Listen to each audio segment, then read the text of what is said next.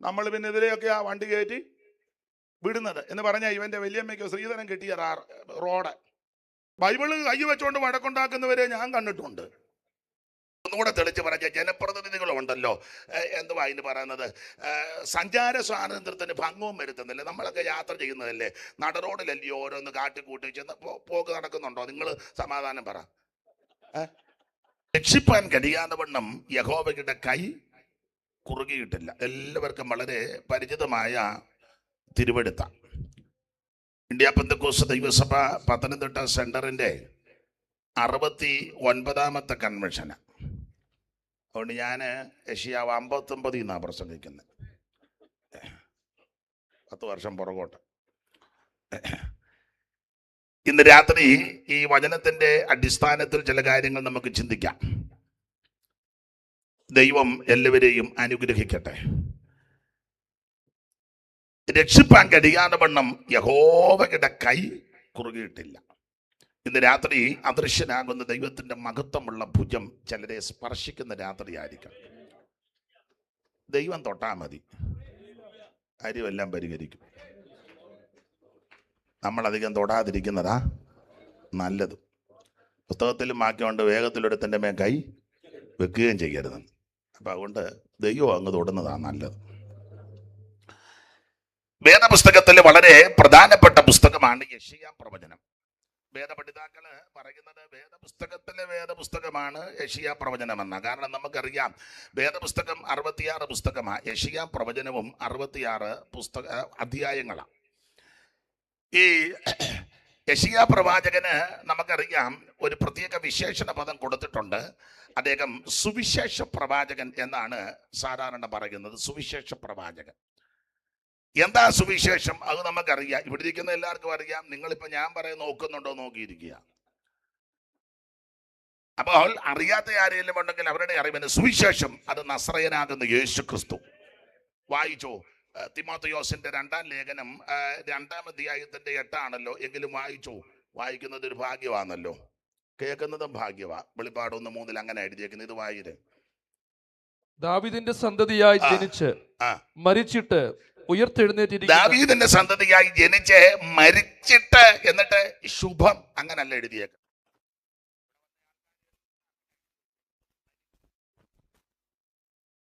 ശുഭം എന്ന് പറഞ്ഞു തീർക്കുകയല്ല, മരിച്ചിട്ട് ഉയർത്തെഴുന്നേറ്റിരിക്കുന്ന വിശേഷത.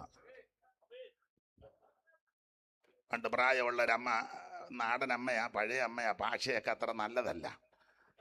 അമ്മ പറഞ്ഞ എല്ലാവരും ചത്തു ഒടുങ്ങി, എൻ്റെ യേശു ചത്തു ആണുങ്ങളെ പോലെ ഉയർത്തുന്നു. അള്ളക്ക് അങ്ങനെ പറയാനേ അറിയാവുള്ളൂ, എന്നാലും കൃത്യമാണ്. ദൈവത്തിന് മഹത്വം. ദാവീദിന്റെ ഉയർത്തെഴുന്നേറ്റ യേശുക്രിസ്തു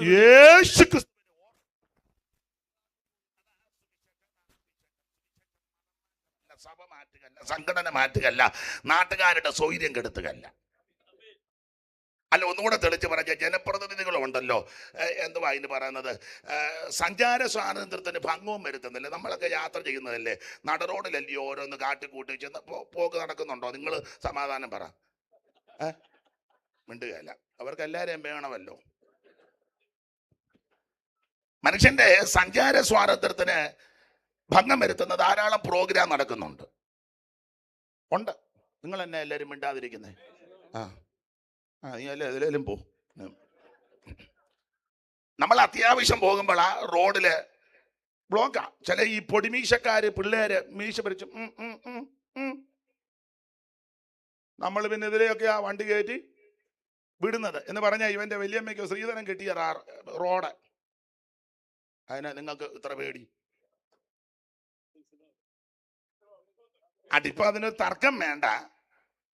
ഒരു കാര്യം പറയാം, സുവിശേഷം അതല്ല. മനുഷ്യന്റെ സഞ്ചാര സ്വാതന്ത്ര്യത്തിന് ഹാനി വരുത്തുന്നതല്ല സുവിശേഷം. മതം മാറ്റുന്നതല്ല സുവിശേഷം. സംഘടന മാറുന്നതല്ല സുവിശേഷം. സഭ മാറ്റുന്നതുമല്ല സുവിശേഷം. നാട്ടുകാരുടെ സ്വൈര്യം കെടുത്തുന്നതുമല്ല സുവിശേഷം. സുവിശേഷം ഒരു വ്യക്തിയാണ്. അത് മറ്റാരുമല്ല, നസറയനാകുന്ന യേശു ക്രിസ്തു. സ്തോത്രം. ആ സുവിശേഷം യേശു ക്രിസ്തു ഒരു ചെറിയ വിശദീകരണം പൗലോസ് കൊടുത്തിട്ടുണ്ട്. വായിച്ചോ. കൊരിന്ത്യർക്ക് എഴുതിയ 1-ാം ലേഖനം 15-ാം അധ്യായത്തിന്റെ 3-ാം വാക്യം. ഒരു ചെറിയ വിശദീകരണം. ക്രിസ്തു നമ്മുടെ പാപങ്ങൾക്ക് വേണ്ടി, യേശു ക്രിസ്തു നമ്മുടെ പാപങ്ങൾക്ക് വേണ്ടി തിരുവെഴുത്തിൻ പ്രകാരം മരിച്ച് അടക്കപ്പെട്ട് തിരുവെഴുത്തിൻ പ്രകാരം 3-ാം നാൾ ഉയർത്തെഴുന്നേറ്റ്. അതാ സുവിശേഷം. ഒന്നുകൂടെ വിശദീകരിച്ച് അങ്ങോട്ട് പറഞ്ഞാൽ, യേശുക്രിസ്തുവിന്റെ തിരുജനനം, യേശുക്രിസ്തുവിന്റെ തിരുമരണം, യേശുക്രിസ്തുവിന്റെ അടക്കം, യേശുക്രിസ്തുവിന്റെ ഉയർപ്പ്, അതാ സുവിശേഷം. ചുമ്മാ ജനിച്ചതല്ല, വചനപ്രകാരം ജനിച്ചതാണ്. വെറുതെ മരിച്ചതുമല്ല, എന്നാ ഒന്ന് ചത്ത് കളയാം. അല്ലല്ല, വചനം നിർണയിച്ചതുപോലെ, തള്ള പറഞ്ഞതുപോലെ ആണുങ്ങളെ പോലെ ഉയർക്കുകയും ചെയ്തു. ദൈവത്തിന് മഹത്വം. അതാ യേശു ക്രിസ്തു. യേശു ക്രിസ്തുവിന്റെ തിരുജ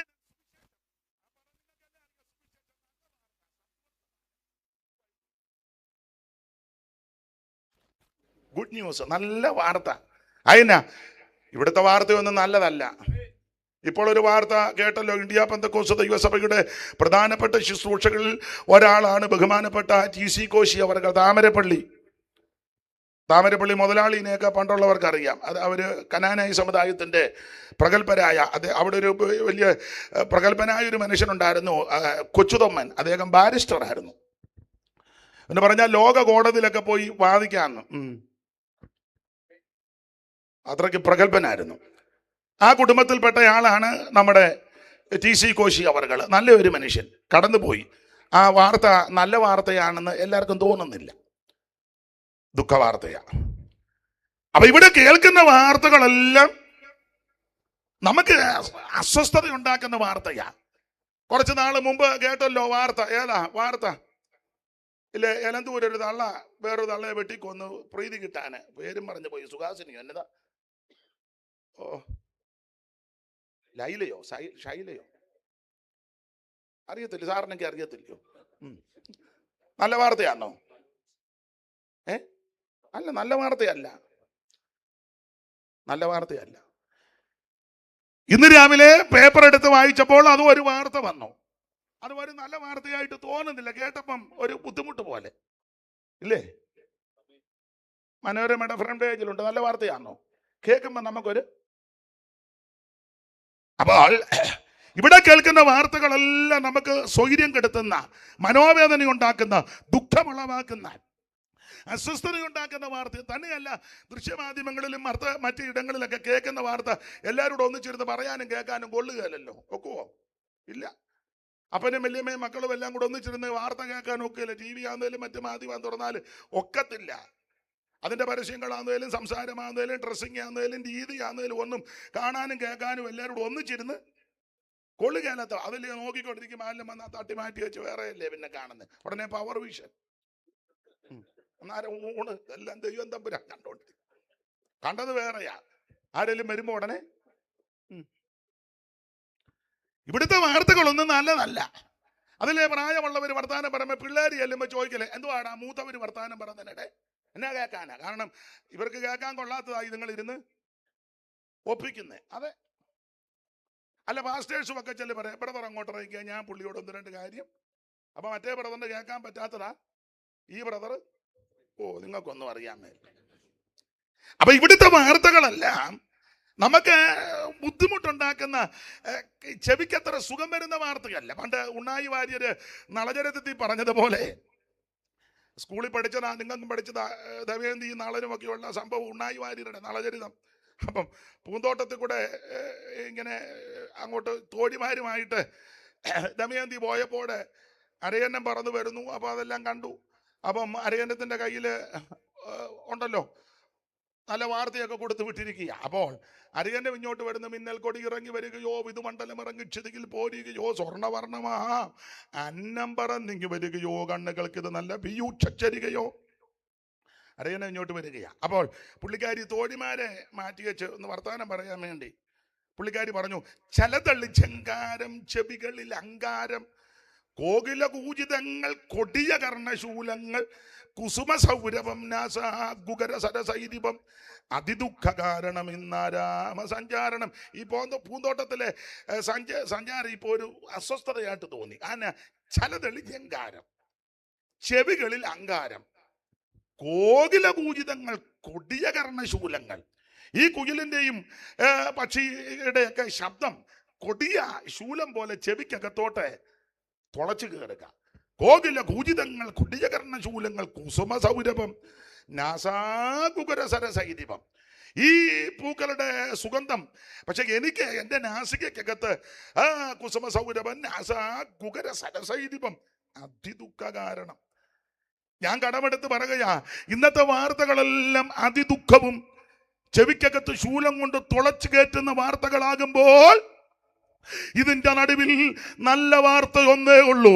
കേൾക്കാൻ ഇമ്പമുള്ള വാർത്ത, കേട്ടിരിക്കുന്ന വാർത്ത, ആമേൻ, കേൾക്കാൻ സുഖമുള്ള വാർത്ത മാത്രമാണോ കേൾക്കുമ്പോൾ സൗഖ്യമുണ്ടാക്കുന്ന വാർത്ത? രോഗികളായ പ്രിയപ്പെട്ടവർ, ഈ വാർത്ത കേട്ടാൽ നിനക്ക് സൗഖ്യമുണ്ടാകും. ഏതാ സുവിശേഷം? മനോദുഃഖത്തോടെ വന്നവരാരെങ്കിലും ഇന്ന് രാത്രി വാർത്ത കേട്ടാൽ വിഷണ്ണ മനസ്സിന് സ്തുതി എന്ന മേലാട തരുന്ന വാർത്തയാ. നിന്റെ രട്ടടിച്ച് സന്തോഷത്തെ ഉടിപ്പിക്കുന്ന വാർത്തയാണ് സുവിശേഷം. മാറാ രോഗികൾക്കും ധീരാവ്യാധികൾക്കും സൗഖ്യം തരുന്ന വാർത്തയാണ് സുവിശേഷം. മുടന്തര് നടക്കുന്നു, ചകിടര് കേൾക്കുന്നു, ഊമര് സംസാരിക്കുന്നു, കുരുടര് കാണുന്നു. മാനമാണോ? മരിച്ചവന്റെ മഞ്ചത്തിൽ തൊട്ടപ്പോൾ ചെറുക്കൻ ചാടി എഴുന്നേറ്റു. മരിച്ചവരെ ഉയർപ്പിക്കുന്ന വാർത്ത, രോഗികളെ സൗഖ്യമാക്കുന്ന വാർത്ത, ആ വാർത്തയാ സുവിശേഷം. ഞാൻ എടുത്ത ഭാഗത്തേക്ക് വരേണ്ടത് കൊണ്ട് ഇത് അധികം പറയുന്നില്ല. ഇന്നലെയും മിനിഞ്ഞാന്നും ഒക്കെ ഇത് നന്നായിട്ട് പറഞ്ഞിട്ടുണ്ട്. അത് നന്നായിട്ട് പറയാൻ കഴിവും പ്രാഗൽഭ്യവും ഉള്ളവരെയാ അദ്ദേഹം വിളിച്ചത്. പിന്നെ ഒടുവിൽ യോനായ്ക്ക് ചീട്ട് വീണതുപോലെ എനിക്കും വീണു. അപ്പൊ അതുകൊണ്ട് ഇന്ന് രാത്രി ദൈവത്തിന് മകത്ത് അല്പകാര്യങ്ങൾ ചിന്തിക്കാം. നല്ല വാർത്തയാ സുവിശേഷം. എന്താ സുവിശേഷത്തിന്റെ വിശേഷത? ഒത്തിരിയുണ്ട് വിശേഷത. ഈ സുവിശേഷത്തിന്റെ ഒരു വിശേഷത, ഇത് രക്ഷിക്കുന്ന മാർഗമാണ്. നമുക്കറിയാമല്ലോ, റോമാലേഖന 1-ാം അധ്യായത്തിന്റെ 16-ാം വാക്യം ഒന്ന് വായിച്ചോ. ഇന്ന് വാക്യം വായിക്കണം. കാരണം ഞാൻ എപ്പോഴും പറയും, ചില ആൾക്കാർ എന്നെ പറ്റി പറയുന്നത് അയാൾ വായി വരുന്നതെല്ലാം വിളിച്ചു പറയുമെന്ന്. അപ്പൊ എന്റെ വായിൽ എന്നതാ വരുന്നെന്നുള്ളതായി വായിപ്പിക്കുന്നത്. വായിച്ചോ. സുവിശേഷത്തെ കുറിച്ച് എനിക്ക് ലജ്ജയില്ല. സുവിശേഷത്തെ കുറിച്ച് എനിക്ക് ലജ്ജയില്ല. വിശ്വസിക്കുന്ന അത് രക്ഷയ്ക്കായി ദൈവശക്തിയാകുന്നു. അപ്പോൾ ആ വാക്യത്തിന്റെ വെളിച്ചത്തിൽ സുവിശേഷം രക്ഷിക്കുന്ന മാർഗമാ. മറ്റൊരുത്തനും രക്ഷയില്ല, യേശു ക്രിസ്തു മാത്രം രക്ഷകൻ. ആമേൻ. ആകാശത്തിന് കീഴിൽ മനുഷ്യരുടെ ഇടയിൽ ഭൂമിക്ക് മുകളിൽ നൽകപ്പെട്ട ഒരേ ഒരു നാമം, ഒരേ ഒരു മാർഗം, രക്ഷിക്കുന്ന മാർഗം യേശു ക്രിസ്തുവിന്റെ നാമം. സുവിശേഷമല്ല, സുവിശേഷം രക്ഷിക്കുന്ന മാർഗമാ. എല്ലാം ഞാൻ വിവരിക്കുന്നില്ല. രക്ഷിക്കുന്ന മാർഗമാ സുവിശേഷം. മറ്റൊരുത്തനും രക്ഷയില്ല. കർമ്മമാർഗം കൊണ്ടോ, പുണ്യപ്രവൃത്തി കൊണ്ടോ, ദാനധർമ്മം കൊണ്ടോ, നേർച്ച കാഴ്ച കൊണ്ടോ, ആചാര അനുഷ്ഠാനങ്ങൾ കൊണ്ടോ, പാരമ്പര്യം കൊണ്ടോ ഒന്നും രക്ഷപ്പെടത്തില്ല. രക്ഷപ്പെടാൻ ഒറ്റ മാർഗം, ഒറ്റ വഴി, യേശു ക്രിസ്തു മാത്രം. അപ്പോൾ സുവിശേഷം രക്ഷിക്കുന്ന മാർഗം. ഓടിച്ചു മുമ്പോട്ട് പോകാം. 2, സുവിശേഷത്തിന്റെ വിശേഷത, ഇത് സമാധാനത്തിന്റെ മാർഗമാണ്. അറിവുണ്ട വാക്യമാണല്ലോ. 6:15 വായിച്ചോ. എഫേസ്യ ലേഖനം 6-ാം അധ്യായം 15-ാം വാക്യം. എല്ലാവർക്കും അറിവുള്ള വാക്യമെങ്കിലും വായിച്ചോ. 14 മുതൽ വായിച്ചോ. 14 മുതൽ. നിങ്ങളുടെ അരയ്ക്ക് സത്യം കിട്ടിയും, നിങ്ങളുടെ അരയ്ക്ക് സത്യം കിട്ടിയും, നീതി എന്ന കവചം ധരിച്ചും, സമാധാന സുവിശേഷം ഒരുക്കം. അപ്പൊ സുവിശേഷത്തിന്റെ 2-ാമത്തെ വിശേഷത, ഇത് സമാധാനത്തിന്റെ മാർഗമാണ്. ഇത് സമാധാനം തരുന്നതാ. സുവിശേഷം പ്രസംഗിക്കുന്നവരും സമാധാനക്കാരായിരിക്കണം. അല്ല, അങ്ങനെ ആണല്ലോ. സുവിശേഷം പ്രസംഗിക്കുന്നവര് വഴക്കും പുക്കാറും ഉണ്ടാക്കരുത്. കേസും കോടതിയും വഴക്കും പുക്കാറും. ഇതൊക്കെ ആയിരിക്കും പറയുന്ന അയാൾ വായി വരുന്ന എല്ലാം പറയുന്നത്.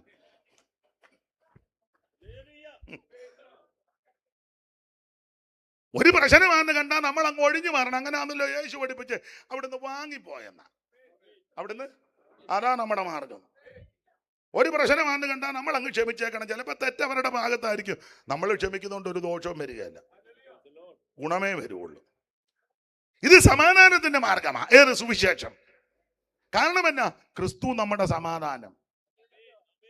നീന്നധികം ധനിയാകാൻ നിധിയാം തീയിൽ ഊതി കഴിച്ച പൊൻ മതിയാ ഭൂവിൽ ക്രിസ്തുവുള്ളവനെ പോൽ ഇത്ര ധനികനില്ലറിക. എന്തിനാകുലം കലരും തൻ മനമേ, എന്തിനാകുലം മനമേ, യേശു നായകൻ നിനക്കെന്നും ദാനമേ. എന്തിനാകുലം കലരും തൻ മനമേ, എന്തിനാ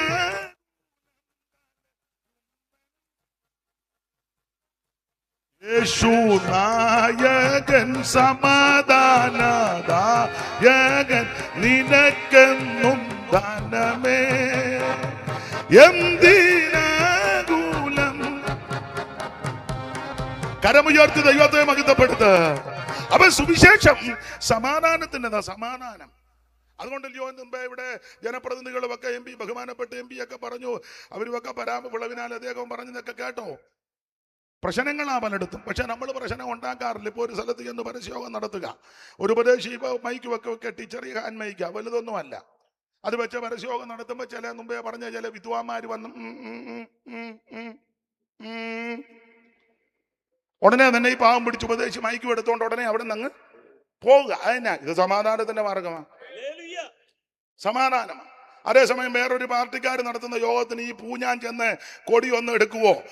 സാറ് സമാധാനം പറ, എടുത്താൽ തന്നെ ആയിരിക്കും വിഷയം. അവൻ പോവുകയല്ല, അഥവാ ചെന്നാൽ അടിയും കൊടുത്തു. അതാ പുള്ളിക്കറിയാം അതിന്റെ വകുപ്പ്. അപ്പൊ എന്താ ഞങ്ങളിത് ചെയ്യാത്തതിന്റെ കാര്യം? ഇത് സമാധാനത്തിന്റെ മാർഗമാണ്. ദൈവത്തിന് മഹത്വം, ദൈവത്തിന് മഹത്വം.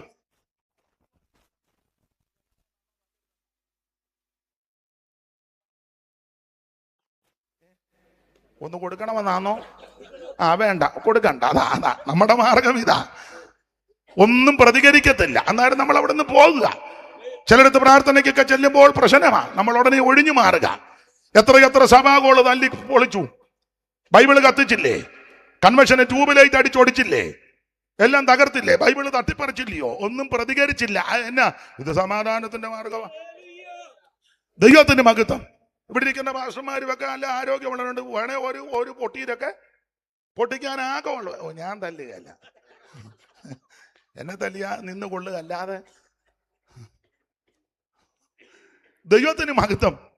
നമ്മുടെ മാർഗം ഇത് സമാധാനത്തിന്റെ മാർഗമാണ്. സുവിശേഷം ഒരു വ്യക്തിയുടെ ജീവിതത്തിൽ ചെന്നാൽ അവന് സമാധാനം. സുവിശേഷം ഒരു കുടുംബത്തിൽ ചെന്നാൽ ആ കുടുംബത്തിന് അനുഭവിക്കുന്നവരായി ഇതിനകത്തിരിക്കുന്നേ, ആ കുടുംബത്തിന് സമാധാനം. സുവിശേഷം ഒരു ദേശത്ത് ചെന്നാൽ ദേശത്തിന് സമാധാനം. സുവിശേഷം ഒരു സംസ്ഥാനത്തെത്തിയാൽ ആ സംസ്ഥാനത്ത് സമാധാനം. ഒരു രാജ്യത്തെത്തിയാൽ രാജ്യത്തിന് സമാധാനം. കാരണം ഇത് സമാധാനത്തിന്റെ മാർഗമാണ്. അപ്പൊ എന്താ സുവിശേഷത്തിന്റെ വിശേഷത? ഒന്ന്, രക്ഷിക്കുന്ന മാർഗം. രണ്ട്, സമാധാനത്തിന്റെ മാർഗം. ഒരു കാര്യം കൂടെ പറഞ്ഞ ആ ഭാഗം പെടാ, അതിനെ ഇന്ന് നോക്കൂ.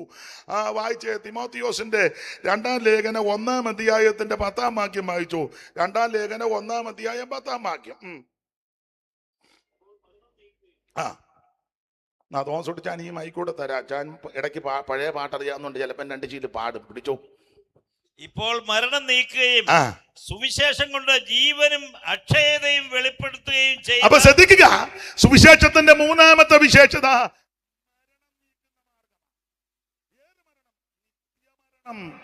വെളിപ്പാട് പുസ്തകത്തിന്റെ ഭാഷ പറഞ്ഞ തീപ്പൊയ്ക, ഗന്ധകം കത്തുന്ന തീപ്പൊയ്ക, രാപകൽ കത്തിക്കൊണ്ടിരിക്കുന്ന തീപ്പൊയ്ക. വേറെ പുസ്തകത്തിൽ വേറൊരു പ്രയോഗമുണ്ട്, 2-ാം മരണം. ആ മരണത്തെ നീക്കുന്ന മാർഗമാണ് സുവിശേഷം. ആ മരണത്തിൽ നിന്ന് രക്ഷിക്കുന്ന മാർഗമാണ് സുവിശേഷം. അതുകൊണ്ട് ഇന്ന് രാത്രി എന്നെ കേൾക്കുന്ന ബഹുമാന്യരെ, ഈ സുവിശേഷം ഇനിയും അറിയിക്കണം. അത് അംഗീകരിക്കുവോ അംഗീകരിക്കാതിരിക്കുവോ അത് അവനവന്റെ ഇഷ്ടമാ. ആരെയും നിർബന്ധിക്കരുത്, സമ്മർദ്ദം ചെലുത്തരുത്. പക്ഷെ പറയേണ്ട കടമ നമ്മുടെതാ. ദൈവം നമ്മളെ പരമേൽപ്പിച്ചു.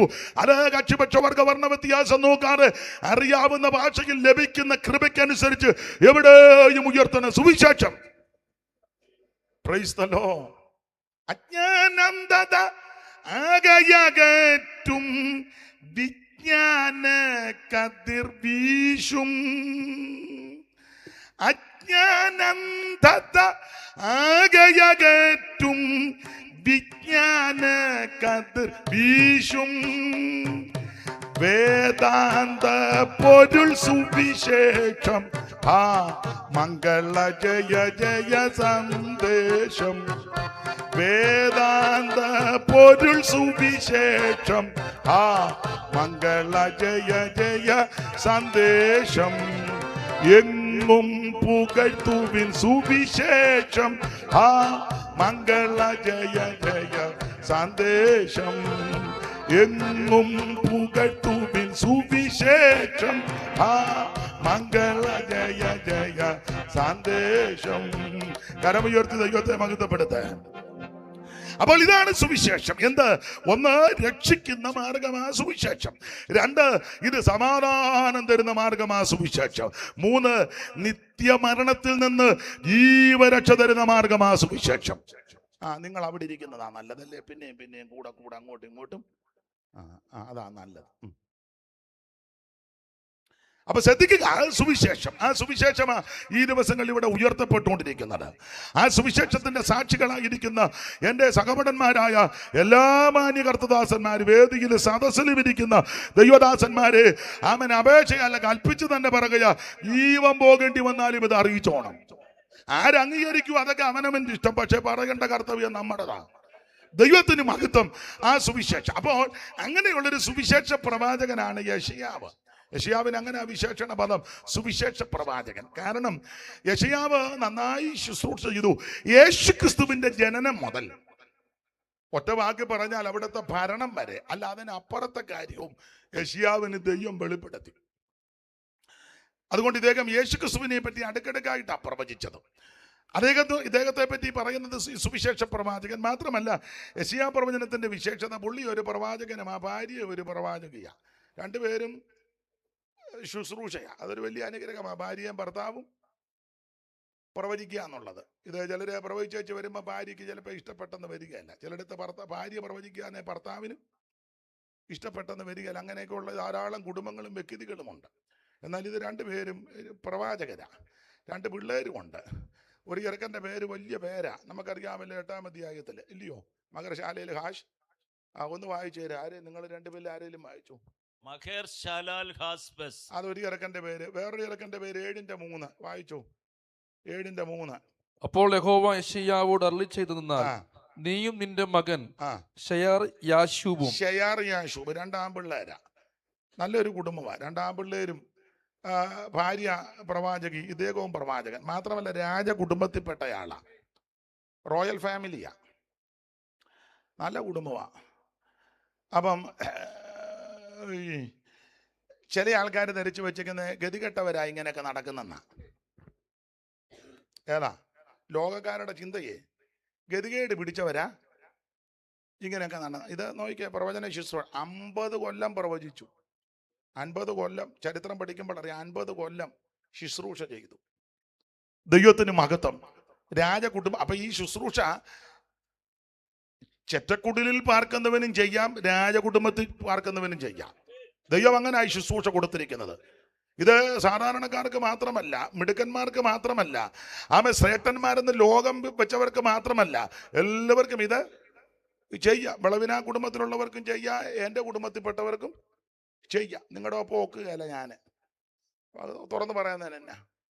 ദൈവത്തിന് മഹത്വം. ലോകപരമായിട്ടായി പറഞ്ഞ്, പക്ഷെ 2 കൂട്ടരെയും ദൈവം തിരഞ്ഞെടുത്തെന്നുള്ളതാണ്. അതാ ഈ ശുശ്രൂഷയുടെ വിശേഷത. സാറ ഒരിക്കലൊരു പാട്ട് പാടി, നിജരായി ഗണിച്ചിരുന്ന പേത്രരാധിയായ ദിവ്യ കൃപയാൽ ശേഷി കൊണ്ടലങ്കരിച്ചു പാരം പ്രക്ഷണം ചെയ്തവനിൽ ഗുരുക്കളാക്കി. മാനുവേൽ മനുജസുതാ നിന്റെ മാനമേറും വണങ്ങി ഞങ്ങൾ മംഗള ബോധിടും നീതാ നിത്യമഹിമയുണ്ടായിടട്ടെ. മാനുവേൽ മനുജസുതാ. അപ്പൊ വരി നല്ല വരിക. സാറിന്റെ പ്രയോഗമല്ലേ? നീചരായി ഗണിച്ചിരുന്ന. ഏതാ ആ കൊള്ളുകേല, കഴിവില്ല, വിദ്യാഭ്യാസമില്ല, പത്രാസും പടകും ഒന്നുമില്ലെന്നൊക്കെ ചിന്തിച്ച ആൾക്കാരാ നീചരായി. നീചരായി ഗണ്ണിച്ചിരുന്ന പേത്ര എന്ന് ഉദ്ദേശിച്ചത് പത്രോസ്. അതാ സാറിന്റെ പ്രയോഗം, ഭാഷയുടെ പ്രയോഗമാ പേത്ര. നീചരായി ഗണ്ണിച്ചിരുന്ന പേത്രരാധിയായ ധീവരർ മുക്കുവന്മാർ, മത്സ്യത്തൊഴിലാളികള്, ധീവരർ. നീചരായി, നമ്മൾ മിക്കതും അർത്ഥം അറിയാൻ അങ്ങ് പാടി വിടുക, പിന്നെ എന്തേലും ആട്ടെ വരുന്നിടത്ത് വെച്ച് കാണാമെന്ന് ഓർത്ത്.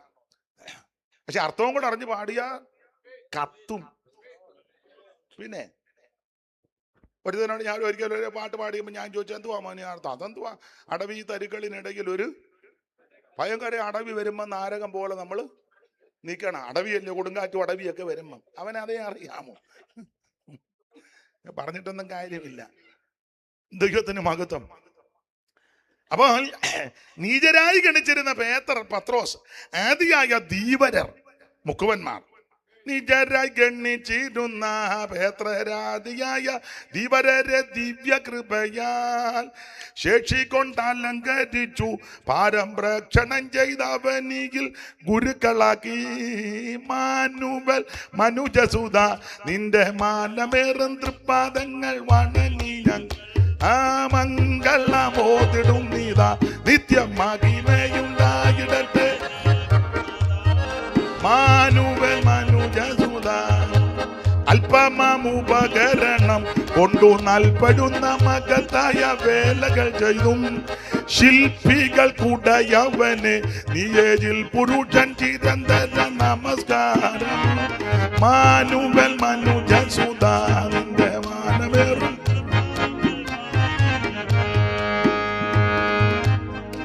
അപ്പൊ ശ്രദ്ധിക്കുക, എല്ലാവർക്കും ചിലപ്പോ ഈ പാട്ടൊന്നും അറിയത്തില്ല. കുഞ്ചച്ചേട്ടത്തെ അച്ചായം പാടുന്ന കണ്ട് പഴയ ബ്രദറാ, അതുകൊണ്ടാ. ചിലരൊക്കെ ചൂണ്ടനക്കുന്നുണ്ട്. തോമസുടിച്ചാന്റെ പാട്ടറിയാം, എനിക്കറിയാം, പാട്ട് അറിയാം. കർത്താവിന് മഹത്വം. അപ്പൊ ശ്രദ്ധിക്കുക, റോയൽ ഫാമിലിയിൽപ്പെട്ട ആളാ യെശയ്യാവ്. എല്ലാം രാജകുടുംബത്തിൽപ്പെട്ടയാൾ. 50 വർഷം ശുശ്രൂഷിക്കുന്നു. ഭാര്യ പ്രവാചക, 2 ആൺപിള്ളേര്. മാത്രമല്ല ഇദ്ദേഹത്തിന്റെ ശുശ്രൂഷയുടെ കാലം, എല്ലാ ഭാഗവും എടുക്കുന്നില്ല. ശുശ്രൂഷയുടെ കാലം ഞാൻ പറയാറുണ്ട്, നിങ്ങൾക്കറിയാം. പ്രഗൽഭന്മാരുടെ കാലത്താണ് ശുശ്രൂഷിക്കുന്നത്. വായിച്ചേ 1:1, യെശയ്യാവ് 1:1. ആമോസിന്റെ മകനായ യെശയ്യാവ് യഹൂദ രാജാക്കന്മാരായ ഉസ്സിയാവ്, യോഥാം, ആഹാസ്, യെഹിസ്കീയാവ് 4 കക്ഷികളുടെ കാലത്താണ് ശുശ്രൂഷിക്കുന്നത്. 4 നല്ല ഏറ്റ പുള്ളിക്കാരാ. ഏതാ? ഉസ്സിയാവ്, യോഥാം, ആഹാസ്, യെഹിസ്കീയാവ്. 4 എണ്ണം. ഒന്നുകൊന്നൊക്കെ മെച്ചവാ. അയ്യോ, ഇവരുടെ കാലത്ത് ശുശ്രൂഷിക്കുക എന്ന് പറഞ്ഞാൽ വലിയ ബുദ്ധിമുട്ടാ. ചില സഭയിലൊക്കെ ചില പാസ്റ്റർമാരിക്കുമ്പോൾ ചോദിക്കലേ, എവിടെയൊക്കെ ഇരുന്നിട്ടുണ്ട്? ഇന്നെടുത്തിന്. അവിടെ ഇരുന്നതാന്നോ എന്നെ പറഞ്ഞു. പിന്നെ അവിടെ ഇരുന്നതാ. ഓ, എങ്ങനെ ഇരുന്നു? അവിടെ ഇരുന്നു. അവിടെ അല്ലയോ വടക്കാളി ജോർജ്. ഞാനൊരു പേരങ്ങ് പറയുക. ജോർജാൻ അവിടെ. അയ്യോ, നൊണമേരി ആ സഭയിലല്ലേ? നൊണമേരി അവിടെ. എങ്ങനെ ഇരുന്നു? ഇന്നാളൊരാൾ ചോദിച്ചു, പാരക്കറിയാച്ചൻ ഇപ്പോൾ കൊണ്ടുവന്ന പാര. കറിയാച്ചൻ എന്നാ പേര്, പാര വെക്ക, അതിനെ പാരക്കറിയാച്ചൻ. അപ്പൊ പാരക്കറിയാച്ചനും നൊണമേരിയും വടക്കാളി ജോർജും ഒക്കെ ഉള്ള സ്ഥലങ്ങളിലെ ദൈവത്തിന് വലിയ ബുദ്ധിമുട്ടാ ഇങ്ങനെ ശുശ്രൂഷിക്കുന്നത്. അപ്പോൾ ഈ വമ്പൻ രാജാക്കന്മാര് 4 പേരുടെ കാലത്താ ശക്തമായി ശുശ്രൂഷ യെശയ്യാവ് ചെയ്തത്. ഒന്നുകൂടെ ആ പേരുകളൊന്ന് വായിച്ചോ കർത്തൃദാസനെ. യഹൂദ രാജാക്കന്മാരായ ഉസ്സിയാവ്, യോഥാം, ആഹാസ്, യെഹിസ്കീയാവ് എന്നിവരുടെ കാലത്ത്, ഇവരുടെ കാലത്ത് യെശയ്യാവ് ശുശ്രൂഷിച്ചു. ഉസ്സിയാവ്, യോഥാം, ആഹാസ്, യെഹിസ്കീയാവ് 4 എണ്ണം. 4 നല്ല പറ്റിയ പുള്ളിക്കാരാ. തവിക്കൊത്ത കണയെന്ന് പറഞ്ഞതുപോലെ. എന്തുവാ 4 പേര്? ഓടിച്ചങ്ങ് പറയാം. ഒരുത്തനെ നിങ്ങൾക്കറിയാം, പള്ളി കിടന്ന് വഴക്കുണ്ടാക്കുന്നവനാ ഉസ്സിയാവ്. വായിച്ച് 26:16 ആദ്യം വായിക്കണം, അത് കഴിഞ്ഞ് 19. ദിനവൃത്താന്തങ്ങളുടെ 2-ാം പുസ്തകം 26:16, പിന്നെ അതിന്റെ 19 വായിര്.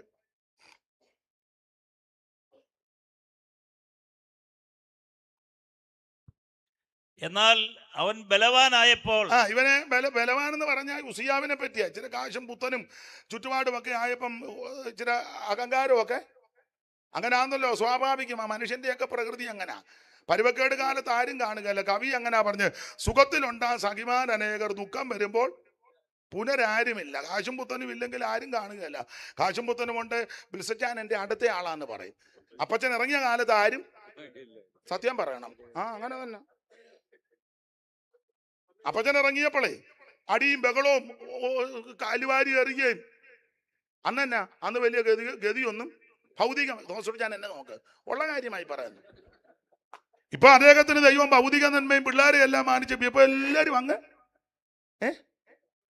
നിങ്ങൾക്ക് മനസ്സിലാകാരിയാണോ?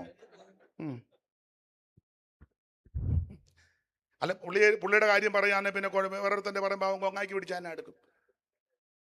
മനുഷ്യന്റെ എല്ലാം പ്രകൃതി അങ്ങനെ. കാശും പുത്തനും ചുറ്റുപാട് കൊണ്ടേ പറയാം എന്റെ ഫസ്റ്റ് ക്വസ്റ്റ്യൻ. ഇതൊന്നുമില്ലെങ്കിൽ ഒരമ്മയുടെ വയറ്റിൽ നിന്ന് വന്നിട്ട് നമ്മൾ ചോദിക്കുക, നിങ്ങളുടെ ബ്രദർ അല്ലേ നമ്മള്? പുള്ളിയെ കണ്ടിട്ടുണ്ട്. പുള്ളി എവിടെ? മുണ്ടുകോട്ടക്കാരനാണോ? ഒരമ്മയുടെ വയറ്റിൽ നിന്ന് വന്നതാ. ചോദിക്കാം, മുണ്ടുകോട്ടക്കാരനാണോ എന്ന്. മനുഷ്യന്റെ എല്ലാം പ്രകൃതി അങ്ങനെ. അല്ല, ഞാൻ ഓഡിയൻസിനോടും പറയാം, സഭയിലൊക്കെ ചിലരിങ്ങനെ പാവം കളിച്ചിരിക്കും. അപ്പോ നമ്മളവർക്ക് ഇവൻ പാവമല്ല, കാശും പുത്തനും ഇല്ലാഞ്ഞോണ്ട് ഇവൻ പമ്മിയിരിക്കുക. ഇവന്റെ 10 രൂപ കിട്ടുമ്പോൾ ഇവനെ തനിനിറം വെളിപ്പെടും.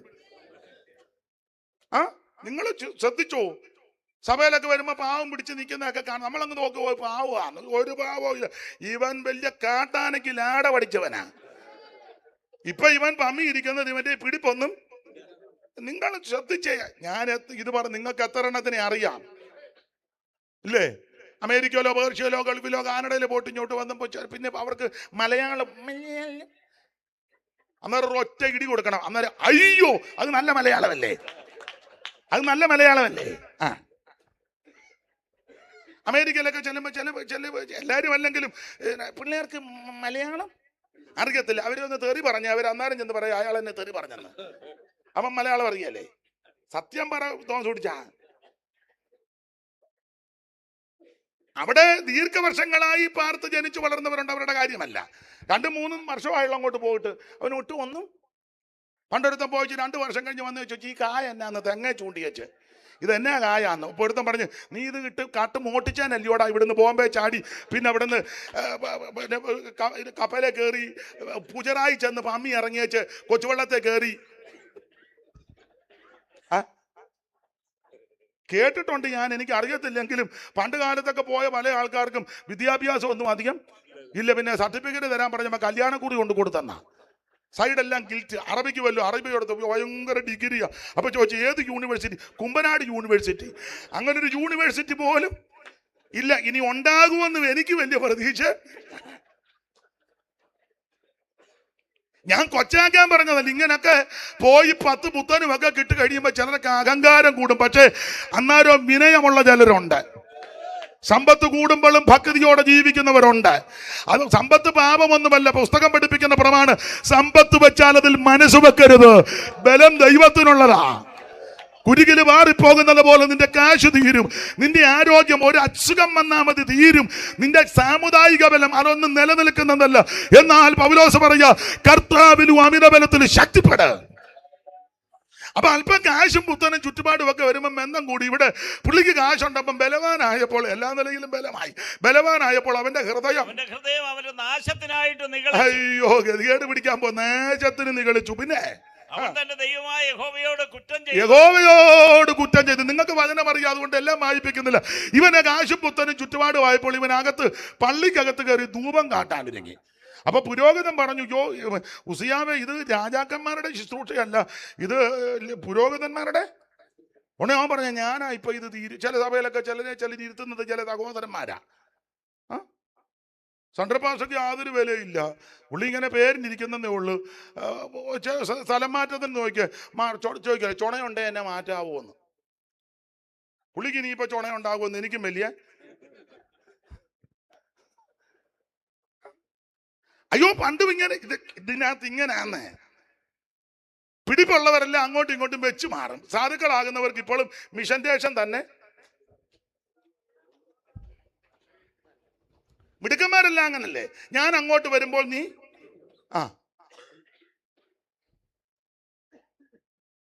എന്നാ അന്തരീക്ഷം, സ്റ്റേജിൽ അന്തരീക്ഷം പോകുന്നേ. ദൈവത്തിന് മഹത്വം.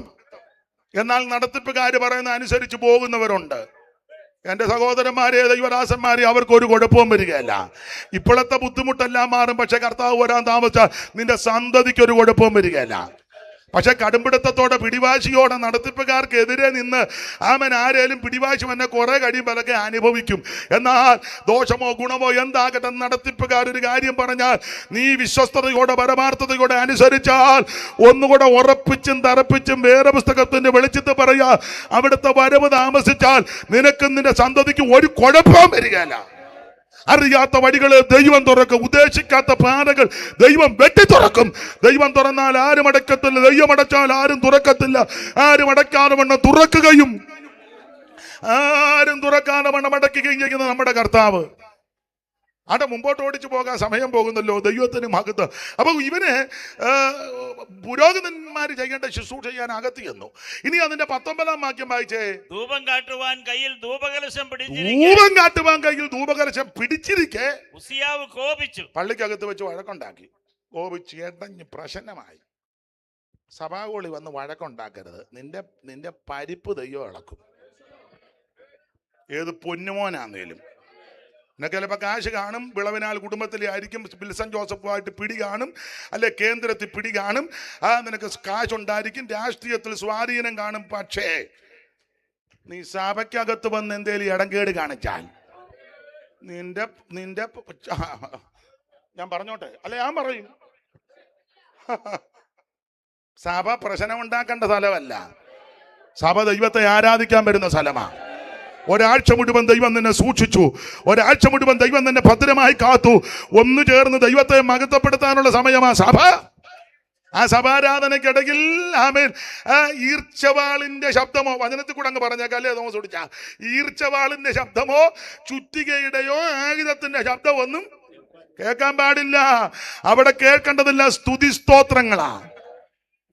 അത്യാചാരന് മുമ്പിൽ നൃത്തം തുടങ്ങിടുവിൻ, തപ്പോടുകിന്നരങ്ങൾ വായിപ്പി.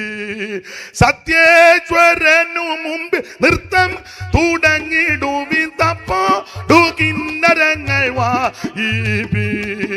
കൈതാളനാദമ പ്രശക്തിയ മുടങ്ങിടട്ടെ, സാത്താൻ നടുങ്ങിടട്ടെ, ഹോശന. കൈതാളനാദമ പ്രശക്തിയ മുടങ്ങിടട്ടെ, സാത്താൻ നടുങ്ങിടട്ടെ, ഹോശന. യാഗ്വേ സ്തുതിപ്പിനവൻ ശുദ്ധ മമനിരത്തിലാകുവാൻ ചെയ്തനു ദിഘോഷിപ്പി. യാഗ്വേ സ്തുതിപ്പിനവൻ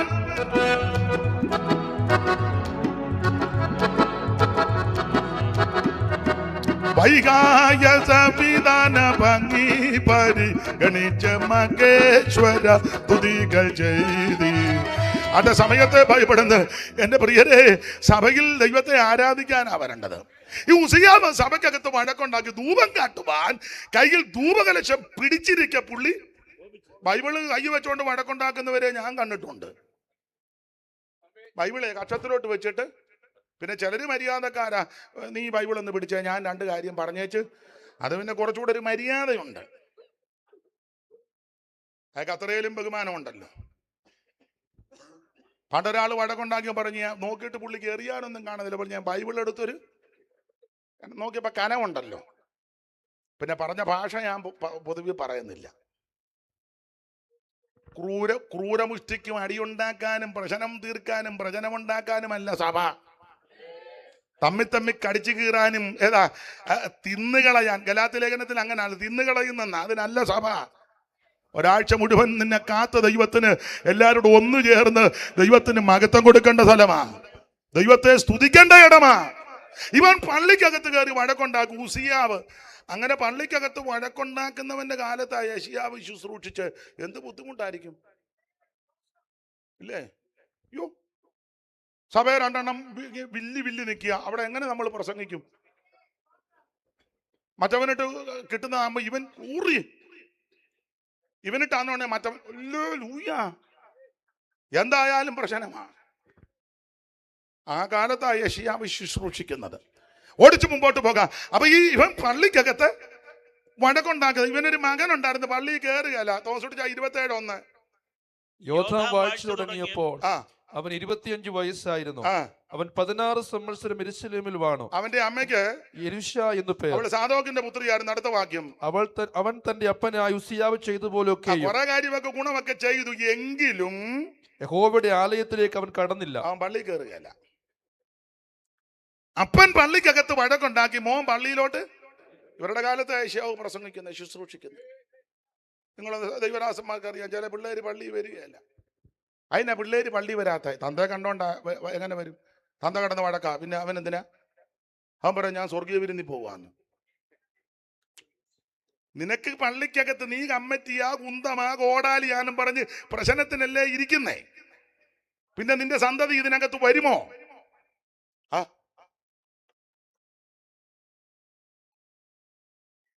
എന്നെ ആ ഭാഗത്തൊരു അന്തരീക്ഷത്തിന് വ്യത്യാസം. ഇന്ന് മിക്ക ഭാഗവും അന്തരീക്ഷം മാറും.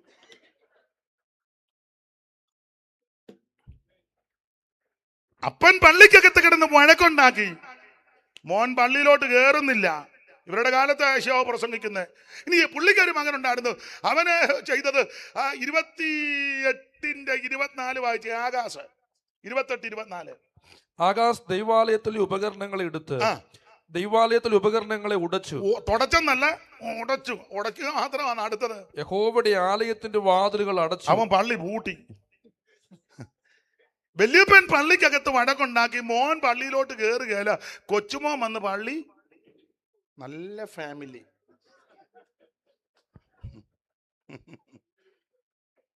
തീർന്നില്ല. എവന്റെ മകനാ ഹിസ്കിയാവ് അല്ലെങ്കിൽ യെഹസ്കിയാവ്. അവൻ ചെയ്തതോ അവനും കുറെ ഗുണമൊക്കെ ചെയ്തു. എന്നിട്ട് ഇവൻ വേണ്ടാധീനവും ചെയ്തു. വായിച്ചേ, രാജാക്കന്മാരുടെ 2-ാം പുസ്തകം അതിൻ്റെ 18-ാം അധ്യായത്തിന്റെ 14 വായിച്ചേ. അപ്പോൾ യഹൂദ രാജാവായ യെഹിസ്കിയാവ് ലാഖീഷിൽ അശ്ശൂർ രാജാവിന്റെ അടുക്കൽ ആളയച്ചു. അശ്ശൂർ രാജാവായിട്ട് കയറി കൊമ്പ് അടുപ്പമായി. അടുത്തത്, ഞാൻ കുറ്റം ചെയ്തു. എന്തുവാ? എന്നെ വിട്ടു പോകണം. നീ എനിക്ക് കൽപ്പിക്കുന്ന പിഴ ഞാൻ അടച്ചുകൊള്ളാം. ഞാൻ തരാന്ന്. പറ. അശ്ശൂർ രാജാവ് യഹൂദ രാജാവ് ഹിസ്കിയാവിന് 300 താലന്ത് വെള്ളിയും 30 താലന്ത് പൊന്നും പിഴ കൽപ്പിച്ചു. ഹിസ്കിയാവ് യഹോവയുടെ ആലയത്തിലും രാജധാനിയിലെ ഭണ്ഡാരത്തിലും കണ്ട വെള്ളിയൊക്കെയും കൊടുത്തു. സ്വോത്രകാഴ്ച എടുത്ത് കേസ് കളിച്ചെന്ന്.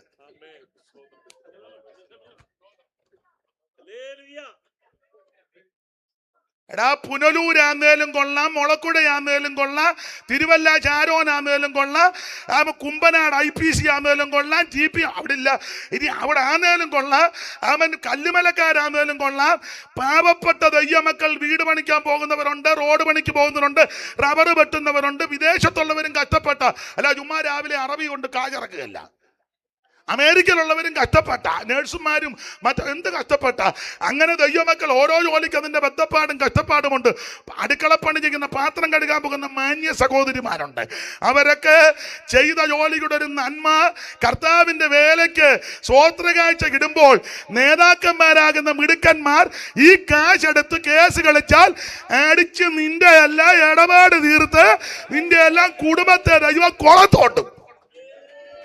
ഇതെനിക്ക് പുനലൂരും മുളക്കുടയിലും കുമ്പനാട്ടും ഒക്കെ പറഞ്ഞാൽ കൊള്ളാന്നുണ്ട്. പറയിപ്പിക്കുമോ? നല്ല ജയിലായി. പിന്നെ ഇവിടേലും എന്നെ പറയിപ്പിക്കുന്നല്ലോ. ഞാൻ കൃതാർത്ഥനാ. ദൈവത്തിന് മഹത്വം. ഓരോ രൂപയ്ക്കും വിലയുള്ളതാ. ദൈവത്തിന് ഇത് കേസ് കളിക്കാനുള്ളതല്ലെന്ന്. ഇത് അവൻ വക്കീലിന് കൊടുക്കാനുള്ളതല്ല. ഇത് അവൻ വാദിക്കാനുള്ളതല്ല. അങ്ങനെ പ്രശ്നം വരുമ്പോ സഭ ചെയ്യേണ്ടത് മുട്ടാലിരിക്കണം, മുടങ്കാലിരിക്കണം. നീ മുടങ്കാലിരുന്ന് പ്രാർത്ഥിച്ചാൽ ദൈവം വഴി തുറക്കും. ദൈവത്തിന് മകത്ത്. എന്റെ ദൈവദാസന്മാരെ സങ്കടത്തോടും മനോവേദനയോടാണ് ഇതൊക്കെ പറയുന്നത്. അവൻ സ്വോത്രം. ഹിസ്കിയാവ് ഇത് മുഴുവൻ എടുത്ത് അശ്ശൂർക്ക് അപ്പം കൊടുത്തെന്ന്.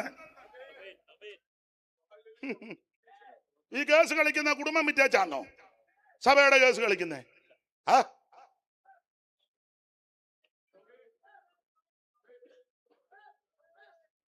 ദൈവത്തിന് മഹത്വം. ഒരെണ്ണത്തിന് ദൈവം വിടുകയല്ല. ഒരെണ്ണത്തിനെ വിടുകയില്ല. ദൈവത്തിന്റെ മഹത്വം ₹1 വിലയുള്ളതാണ്. ചിലടത്തൊക്കെ എത്ര സ്വോത്ര കാഴ്ചയാ. അയ്യോ, അങ്ങ് കൊള്ള സങ്കേതത്തിൽ ചെന്ന പോലെ. പണ്ട് ചമ്പൽക്കാട്ടി പൂലാൻ ദേവി തോക്ക് കാണിച്ച് കാശെടുക്കടാന്ന്. ഇവിടെ തോക്കില്ലെന്നേ ഉള്ളൂ. നാളെടുത്താൻ പറഞ്ഞു നിങ്ങൾ കൊണ്ടുവന്നില്ല ഏറ്റവും മുടുത്തത് ഇടാൻ. അയ്യോ, വണ്ടിക്കൂലിക്ക് മാത്രമോ കയ്യിൽ. എന്തൊരു അക്രമമാണെന്നോർത്ത്. ഇവിടെ ഇത് ദൈവത്തിന്റെ വേലയാണ്. ദൈവം വഴി തുറന്നോളും. ഇവിടെ കിടന്ന് പണ്ടപ്പാര് പറഞ്ഞ ആർത്തിപ്പണ്ടാരമായിട്ട് ചുമ്മാ കിടന്ന് തണ്ടരുത്. നീ ഇരിക്കുന്നിടത്ത് ദൈവം കൊണ്ടുതരും. അനുഭവത്തിൽ നിന്നും വചനത്തിൽ നിന്നുമായി പറയാൻ അനുഭവിച്ചവരായി ഇതിനകത്തിരിക്കുന്നവര് ദൈവത്തിന് മഹത്വം ഇരിക്കുന്നിടത്ത് ദൈവം ആകാശം തുറന്ന് ഇറക്കി തരുമെന്നേ. ദൈവത്തിന് മഹത്വം, ദൈവത്തിന് മഹത്വം. കേട്ടിട്ടുണ്ട്. ഇപ്പൊ TC കോശി അവരുടെ കാര്യം പറഞ്ഞ കൊണ്ട് കല്ലിശ്ശേരി വേല അപ്പച്ചൻ ഒത്തിരി അനുഭവ സാക്ഷി കൊണ്ട് അതെല്ലാം അദ്ദേഹം പറയാറുണ്ട്, ഞാൻ വായിച്ചിട്ടുമുണ്ട്. എങ്കിലും സന്ദർഭം കല്ലിശ്ശേരി വേല അന്ന് ഭക്തൻകുട്ടി അപ്പച്ചൻ വേല ചെയ്യുന്ന കാലമാണ്. സങ്കേതമുണ്ട് കല്ലിശ്ശേരിയിലെ. അർത്ഥപ്പട്ടിണി, മുഴുപ്പട്ടിണി, 3 ദിവസം പട്ടിണി, ഒന്നുമില്ല. രാത്രിയിൽ ഇങ്ങനെ പുകയ്ക്കുന്നുണ്ട്. 3 ദിവസം മുഴുപ്പട്ടിണി, വളരെ ബുദ്ധിമുട്ട്, വേല ചെയ്യാന്ന്. TG ഉമ്മച്ചൻ അവർകളും പത്തിച്ചിറ യോനാച്ചനുമൊക്കെ ഒന്ന് യോഗം നടത്തി. ഭക്ഷിക്കാനൊന്നുമില്ല, കൊടുക്കാനും ഒന്നുമില്ല. അന്നത്തെ കാലം കേട്ടിട്ടുണ്ട്. ദൂരെന്ന് വന്നൊരു വണ്ടി വാതൊക്കെ വന്നപ്പം ബ്രേക്ക് ഡൗൺ ആയി. അപ്പോൾ അവർ പാതിരാത്രി സമയം അവരിങ്ങനെ നോക്കി മനുഷ്യവാസം വല്ല അടുത്തുണ്ടോ. അപ്പോൾ ഒരു അരണ്ട വെളിച്ചം കണ്ട് നേരെ അങ്ങോട്ട് ചെന്നപ്പോൾ അതിനകത്തിരുന്ന് ഭക്തൻകുട്ടിയപ്പച്ചൻ സ്വോത്രം ചെയ്യുക, ദൈവം വഴി തുറക്കാൻ വേണ്ടി. ചെന്നിച്ചിരി വെള്ളം ചോദിച്ചു, വെള്ളം എടുത്തു കൊടുത്തു. അവരാ വണ്ടിയെല്ലാം അതിൻ്റെ എന്തോ ടയറിനോ എന്തോ ഒക്കെ ബുദ്ധിമുട്ട് വന്നു. അപ്പോൾ ആ വണ്ടിയിൽ വേറെ 3-4 പേരുണ്ടായിരുന്നു. കുറച്ചേറെ സാധനം കൊണ്ട് വെച്ചേച്ച് പറഞ്ഞു, ഇതൊരു സ്ഥലത്തോട്ട് കൊണ്ടുപോവുക. ഇനിയിപ്പോൾ അവിടെ ചെല്ലുമ്പം ഇതിൻ്റെ നന്നാക്കി പിന്നെ താമസിക്കും, ചീത്തയാക്കി ഇതെടുത്തോളാൻ. കുറേയേറെ ഭക്ഷണ സാധനങ്ങൾ, കുറച്ച് പലചരക്ക് സാധനവും. ദൈവം വഴി തുറക്കുമോ? ദൈവം നീ ഇരിക്കുന്നിടത്ത് കൊണ്ടുവരുമെന്നായി പറഞ്ഞത്. സ്തോത്രം, സ്തോത്രം, സ്തോത്രം. ഇങ്ങനെ എത്ര 100 സംഭവങ്ങൾ ഞാൻ സന്ദർഭമായിട്ടൊന്ന് പറഞ്ഞു. നിങ്ങൾക്ക് വിത്തറി പറയാനുണ്ട്. ആ പന്തലിരിക്കുന്നവരുടെ കല്ലോട്ട് മൈക്ക് കൊടുത്ത ഇതുപോലെ ആയിരക്കണക്കിന് വിഷയം പറയും. ദൈവം തുറക്കും, ദൈവം തുറക്കും, ദൈവം തുറക്കും. കാക്കകളെ നോക്കിയിട്ട് മീൻ വിതയ്ക്കുന്നില്ല, കൊയ്ത്ത് കള്ളപ്പൂരയൊന്നു നിറയ്ക്കുന്നില്ല. കാക്കകളെ നോക്കിടുവിൻ ചേർന്ന് നിറയ്ക്കുന്നില്ല. വയലിലെ താമരകൾ വളരുന്നല്ലോ നന്നായി, വാനിലെ പറവകൾ. വയലിലെ താമരകൾ വളരുന്നല്ലോ നന്നായി, വാനിലെ പറവകൾ ഉന്നല്ലോ. എനിക്കായി കരുതാമെന്നുരച്ചവനെ, എനിക്കൊട്ടും ഭയമില്ല ദിനചിടുമ്പോൾ. എനിക്കായി കരുതുവാൻ ഒന്നോ ചുമത്തുന്ന ഭാരമെല്ലാം നിന്റെ ചുമരിൽ. എനിക്കായി കരുതുവാൻ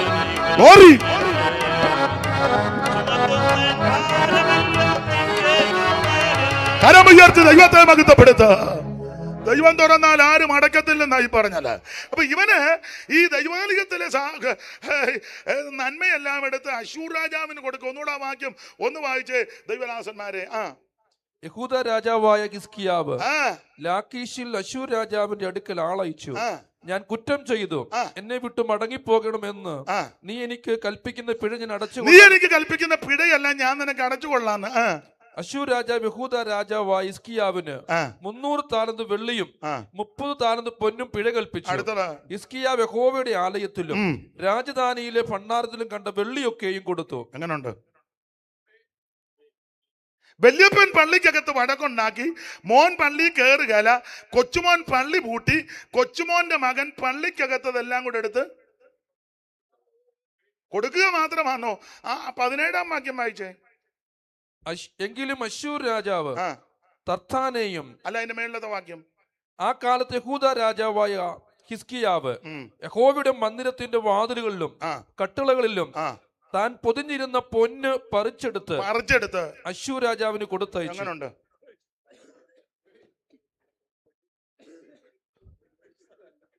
എവിടെ പൊതിഞ്ഞിരുന്നതാ? വായിച്ചേ. കട്ടിളകളിലും കട്ടിളാലും വാതിലുകളിലും. ഇത് അന്ന് മുതലേ പറിച്ചെടുപ്പുണ്ടായിരുന്നു. നമ്മളോർക്ക് നീ അടുത്ത കാലത്ത് നല്ലല്ല, അവനതെല്ലാം കൂടെ പറിച്ചെടുത്ത്. അപ്പൊ ഇപ്പൊ പറിച്ചെടുക്കുന്നവരുടെ വല്യപ്പനാണ് ഹിസ്കിയാവ്.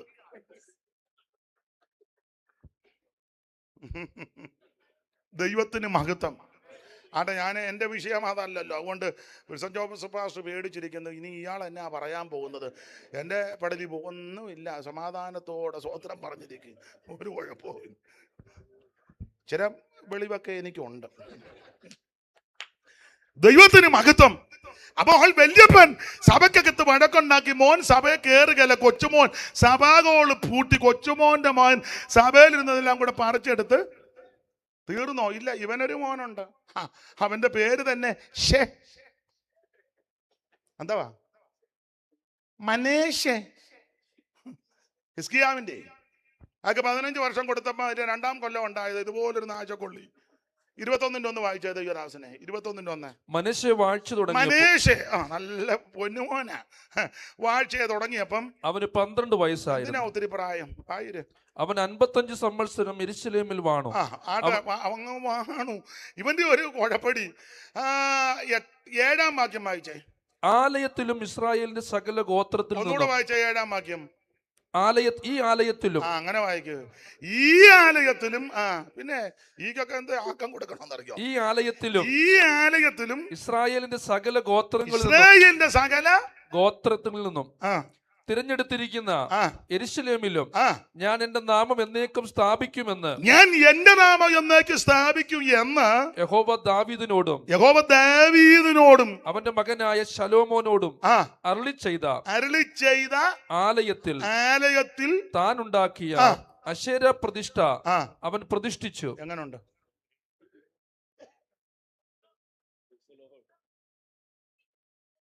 ദൈവം തമ്പുരാൻ തേജസ് ഇറങ്ങുന്ന ദൈവാലയത്തിൽ മോശ പ്രമാണമെല്ലാം കൂടെ കേട്ട് നിയമപ്രകാരം കൂടാരം പണിതു.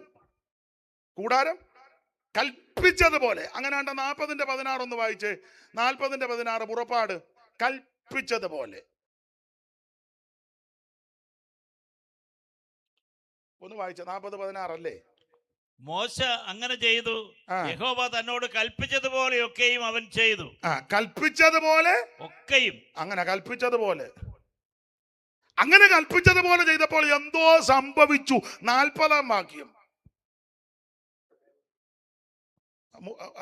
ഈ കണ്ണിക്ക് ഇതത്ര 30-ആണോ 34-ഓ?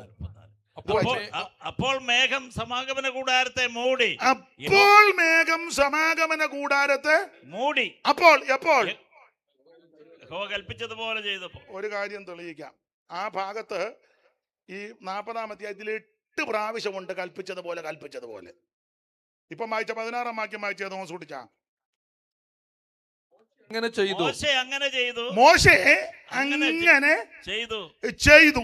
അപ്പം അത് 16-ാം വാക്യം. ഇനി അതിന്റെ 19-ാം വാക്യം വായിച്ചേ. അവൻ മൂടുവിരി തിരുനിവാസത്തിന്മേൽ വിരിച്ചു, അതിന്മീതെ മൂടുവിരിയുടെ പുറമൂടിയും വിരിച്ചു. യഹോവ മോശയോട് കൽപ്പിച്ചതുപോലെ 21-ാം വാക്യം വായിച്ചേ. പെട്ടകം തിരുനിവാസത്തിൽ കൊണ്ടുവന്നു, മറയുടെ തിരശ്ശീല തൂക്കി, സാക്ഷ്യപ്പെട്ടകം മറച്ചു. യഹോവ മോശയോട് കൽപ്പിച്ചതുപോലെ 23-ാം വാക്യം വായിച്ചേ. അതിന്മേൽ യഹോവയുടെ സന്നിധിയിൽ അപ്പമെടുത്ത് അടുക്കി വെച്ചു. യഹോവ മോശയോട് കൽപ്പിച്ചതുപോലെ തന്നെ. 24-ാം വാക്യം വായിച്ചേ. സമാഗമന കൂടാരത്തിൽ മേശയ്ക്ക് നേരെ തിരുനിവാസത്തിന്റെ തെക്കുവശത്ത് നിലവിളക്ക് വെക്കുകയും യഹോവയുടെ സന്നിധിയിൽ ദീപം കൊളുത്തുകയും ചെയ്തു. യഹോവ മോശയോട് കൽപ്പിച്ചതുപോലെ തന്നെ. 29-ാം വാക്യം വായിച്ചേ. ഹോമയാഗപീഠത്തിനും സമാഗമന കൂടാരം എന്ന തിരുനിവാസത്തിന്റെ വാതിലിലും മുൻവശത്ത് വയ്ക്കുകയും അതിന്മേൽ ഹോമയാഗവും ഭോജനയാഗവും അർപ്പിക്കുകയും ചെയ്തു. യഹോവ മോശയോട് കൽപ്പിച്ചതുപോലെ തന്നെ. 38 വായിച്ചേ. ഇസ്രായേലിയരുടെ സകല പ്രയാണങ്ങളിലും അവരെല്ലാവരും കാണുക പകൽ സമയത്ത് തിരുനിവാസത്തിന്മേൽ യഹോവയുടെ മേഘവും രാത്രി സമയത്ത് അതിൽ അഗ്നിയും ഉണ്ടായിരുന്നു. അപ്പൊ ശ്രദ്ധിക്കുക, ഈ കൽപ്പിച്ചതുപോലെ ചെയ്തപ്പോൾ ആലയത്തിൽ യഹോവയുടെ തേജസ് ഇറങ്ങി.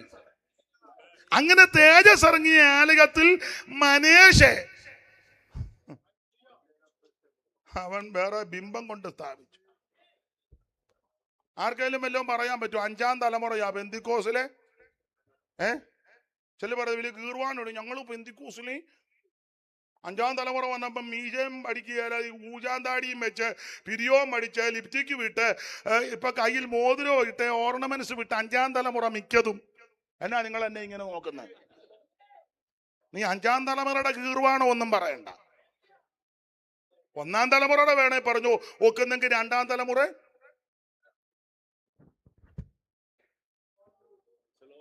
എന്നാ നിങ്ങൾക്കല്ല ഒരു അരുതാഴിയ പോലെ. 5-ാം തലമുറ വന്നപ്പോ അകത്ത് കൊണ്ട് ഓരോന്ന് സ്ഥാപിക്കുന്നെന്ന് ആർക്കാലും വല്ലോ എതിർക്കാൻ പറ്റുമോ? ഉടനെ പറയും ഞങ്ങൾ സ്റ്റാർട്ടിങ് മുതലേ ഉണ്ണുണ്ണി സാറിന്റെ കാലം മുതലോ സാറപ്പച്ചൻ വല്ലതും മിണ്ടാൻ പറ്റുമോ? ടി.ജി. ഉമ്മച്ചനപ്പച്ചൻ ആയിക്കോട്ടെ, അതിനെന്നെ PM ഫിലിപ്പിന്റെ കാലം ആയിക്കോട്ടെ, വല്ലതും മിണ്ടാൻ പറ്റുമോ? 5-ാം തലമുറ വന്നപ്പോ എങ്ങനായി? അശേരപ്രതിഷ്ഠയെ കൊണ്ടുവന്ന് അകത്ത് കൊണ്ട് സ്ഥാപിച്ചു. ഞാൻ ആരെയും വ്യക്തിഹത്യ നടത്തുകയല്ല, നമുക്കെല്ലാം ഒരു മടങ്ങി വരവ് ആവശ്യമാണ്. ദൈവത്തിന് മകത്ത് പള്ളിക്കകത്ത് വടക്കുണ്ടാക്കുന്നവൻ, പള്ളി കയറാത്തവൻ, പള്ളി പൂട്ടിയവൻ, പള്ളി സാധനം എടുത്ത് പറിച്ചു കൊടുക്കുന്നവൻ, പള്ളിക്കകത്ത് ബിംബം കൊണ്ട് സ്ഥാപിച്ചവൻ. ഇവരുടെ കാലത്തായി യെശയ്യാവ് ശുശ്രൂഷിച്ചത് 50 കൊല്ലം. വലിയ ബുദ്ധിമുട്ടാ. എന്നാൽ ഒരു കാര്യം പറഞ്ഞെങ്കിൽ വിടാ, ഈ 50 കൊല്ലം യെശയ്യാവ് ഇവിടെ ശുശ്രൂഷിക്കാൻ കാരണമെന്നാ? കാരണം സുവിശേഷ പുസ്തകത്തിൽ ഇങ്ങനെ വായിക്കുന്നു, യെശയ്യാവ് യേശുക്രിസ്തുവിന്റെ തേജസ് കണ്ടു, അതുകൊണ്ടാണ് ഇങ്ങനെ ശുശ്രൂഷിച്ചേ. ആ വാക്യം ഒന്ന് വായിച്ചേ. യോഹന്നാന്റെ സുവിശേഷം 12-ാം അധ്യായത്തിന്റെ 40-41 വായിര്. അവർ കണ്ണുകൊണ്ട് കാണുകയോ ഹൃദയം കൊണ്ട് ഗ്രഹിക്കുകയോ മനം തിരികയോ താൻ അവരെ സൗഖ്യമാക്കുകയോ ചെയ്യാതിരിക്കേണ്ടതിന് അവിടെ കണ്ണ് അവൻ കുരുടാക്കി ഹൃദയം തടിപ്പിച്ചിരിക്കുന്നു. യെശയ്യാവ് അവന്റെ തേജസ് കണ്ട് ആ തേജസ് കണ്ടത് കൊണ്ട് ആ പള്ളി വഴക്കുണ്ടാക്കിയവന്റെ കാലത്ത് പുള്ളി ശുശ്രൂഷിച്ചത്. ആ തേജസ് കണ്ടത് കൊണ്ട് പള്ളി കയറാത്തവന്റെ കാലത്ത് യെശയ്യാവ് ശുശ്രൂഷിച്ചേ. ആ തേജസ് കണ്ടത് കൊണ്ട് പള്ളി പൂട്ടിയവന്റെ കാലത്തും യെശയ്യാവ്. ഞാൻ എൻ്റെ സഹപഠന്മാരോട് ഒരു കാര്യം പറയാം, എല്ലാവരോടും പറയാം. പള്ളി വടക്കുണ്ടാക്കുന്നവൻ കാണും, പള്ളി പൂട്ടുന്നവൻ കാണും, പള്ളി സാധനം എടുത്ത് വിൽക്കുന്നവൻ കാണും. പക്ഷേ നീ അതൊന്നും കാണണ്ട, നീ യേശുവിൻ്റെ തേജസ് കാണണം. ദൈവത്തിന് മഹത്വം. യേശുവിൻ്റെ തേജസ് കണ്ടാ മതി. ഈ വാക്ക് കാഴ്ച ഒന്നും കാണാതിരിക്കുന്നതാ നല്ലത്. കാണാനാന്ന് എന്തെല്ലാം ഉണ്ടില്ലേ? അയ്യോ എന്തെല്ലാം ഉണ്ട് കാണാൻ, കാണിക്കാൻ എന്തെല്ലാം ഉണ്ട്. പണ്ട് ഭീമൻ കണ്ടതുപോലെ കല്ലോലജാലം കളിക്കുന്ന കണ്ടു, അത് പുള്ളി അത് കണ്ടു. കമലമണി നിറമുട്ടയ കമലം അത് കണ്ടു, അതും കണ്ടു. കല്യാണിമാരും കുളിക്കുന്ന കണ്ടു, അതും കണ്ടു. പുല്ലുമയ്ക്കൊട്ട് ചട്ടില്ല ചില വട്ടവും അത് കണ്ടു. അന്നങ്ങളങ്ങൂ പറക്കുന്ന കണ്ടു. അനതരനമവയ്ക്കൊട്ടയ്ക്ക് നടനം അത് കണ്ടു, അതും കണ്ടു. ചക്രവാകങ്ങളുടെ വിക്രമം കണ്ടു, അതും കണ്ടു. മാരാരിക്കൂറ്റൻ മതിക്കുന്ന കണ്ടു. ഐരാവതം വന്നിറങ്ങുന്ന കണ്ടു. ഗന്ധദ്വീപം വന്നിറങ്ങുന്ന കണ്ടു. എന്തെല്ലാം കാണാനുണ്ട്. പക്ഷേ ഞാനും നിങ്ങളും ഇതല്ല കാണേണ്ടത്, യേശു ക്രിസ്തുവിന്റെ തേജസ്. ഈ ലോകം അല്ലാത്ത ലോകം, ആത്മീക ലോകം അല്ലാതെ വഷളത്വത്തിലേക്ക് പോകുക, അതൊക്കെ പോകട്ടെ. പക്ഷേ വെളിപ്പാട് പുസ്തകക്കാരൻ പറയുമ്പോൾ വിശുദ്ധൻ തന്നെ തന്നെ വിശുദ്ധീകരിക്ക്, അഴുക്കുള്ളവൻ അഴുക്കാകട്ടെ, യേശു വീണ്ടും വരുന്നു. അതുകൊണ്ട് എൻ്റെ സഹപഠന്മാരെ, ദൈവമക്കളെ, ഞാനും നിങ്ങളും കാണേണ്ടത് യേശു ക്രിസ്തുവിന്റെ തേജസ് കാണണം. യെശയ്യാവ് യേശു ക്രിസ്തുവിന്റെ തേജസ് കണ്ടു. കണ്ടെന്ന് പറഞ്ഞാൽ ചുമ്മാ അതും ഇതും കണ്ടതല്ല, എന്തെല്ലാം കാര്യമാ ദൈവം അങ്ങോട്ട് വെളിപ്പെടുത്തി കൊടുത്തത്.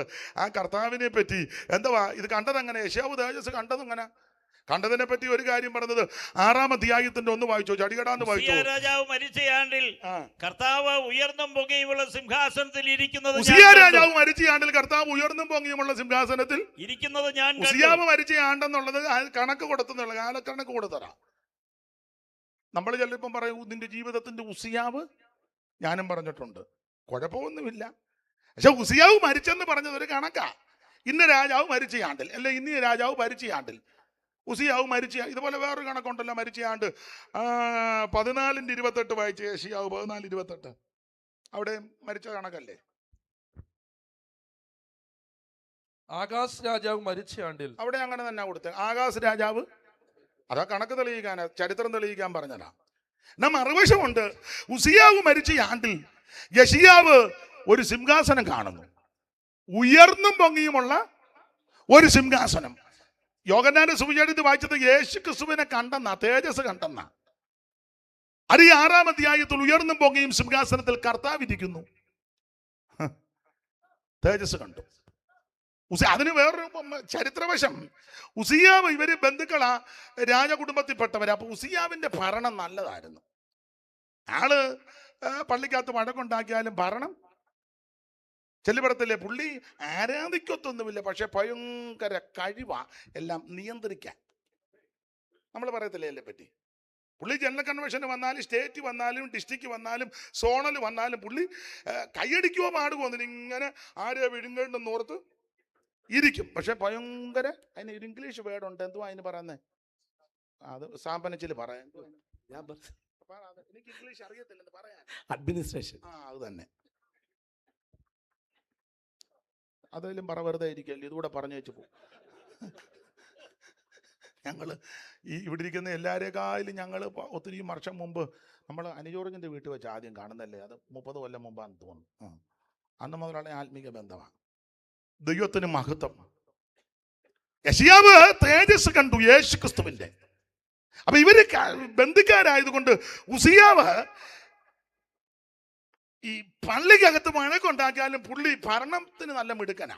ഉസിയാവിന്റെ കാലത്ത് ഭരണം നല്ലതാ, കാരണം പുള്ളി കൃഷിപ്രിയനായിരുന്നു. ഉസിയാവ് കൃഷിപ്രിയൻ, ജലസേചനമൊക്കെ പുള്ളിയുടെ കാലത്താ രാജ്യത്ത്. എന്ന് പറഞ്ഞ അഗ്രികൾച്ചർ ഡിപ്പാർട്ട്മെന്റ് നന്നായിട്ട് പുള്ളി കൈകാര്യം ചെയ്തു. ഈ ഉസിയാവ് കൃഷിപ്രിയനായിരുന്നെന്നാ വാക്യം. കിണറുമൊക്കെ കുടിച്ചു, വെള്ളത്തിന് പഞ്ഞമൊന്നുമില്ല, കൃഷി അതുകൊണ്ട് നന്നായി. കന്നുകാലികൾക്കും വലിയ പ്രാധാന്യം കൊടുത്തു. ഫാമും ഒക്കെ പുള്ളിയുടെ കാലത്താണ്. രാജ്യത്തിന് വലിയ ഗുണമാണ്. നമ്മൾ ചിലരെ പറ്റി പറയില്ല, ഇച്ചിരി കുടിക്കുമെന്നേ ഉള്ളെങ്കിൽ സഭായോഗം മുടക്കുകയല്ല, നമ്മൾ പറയത്തില്ലേ. പുള്ളി തെറിയൊക്കെ പറയും, എന്നാലും ദശാംശ സമയത്ത് കൊണ്ട് ഒരാൾ പറഞ്ഞ് 2 തെറി പറഞ്ഞാൽ എന്നാ കാര്യം നടക്കുന്നില്ലേ? അമ്മാമ്മ ഞൊണയും കൊതിയൊക്കെ പറഞ്ഞാലും ആത്മാവിൽ ബലപ്പെടും. വന്ന ഒരരങ്ങ, അങ്ങനെ തന്നെ അരങ്ങായിട്ടിരിക്കട്ടെ.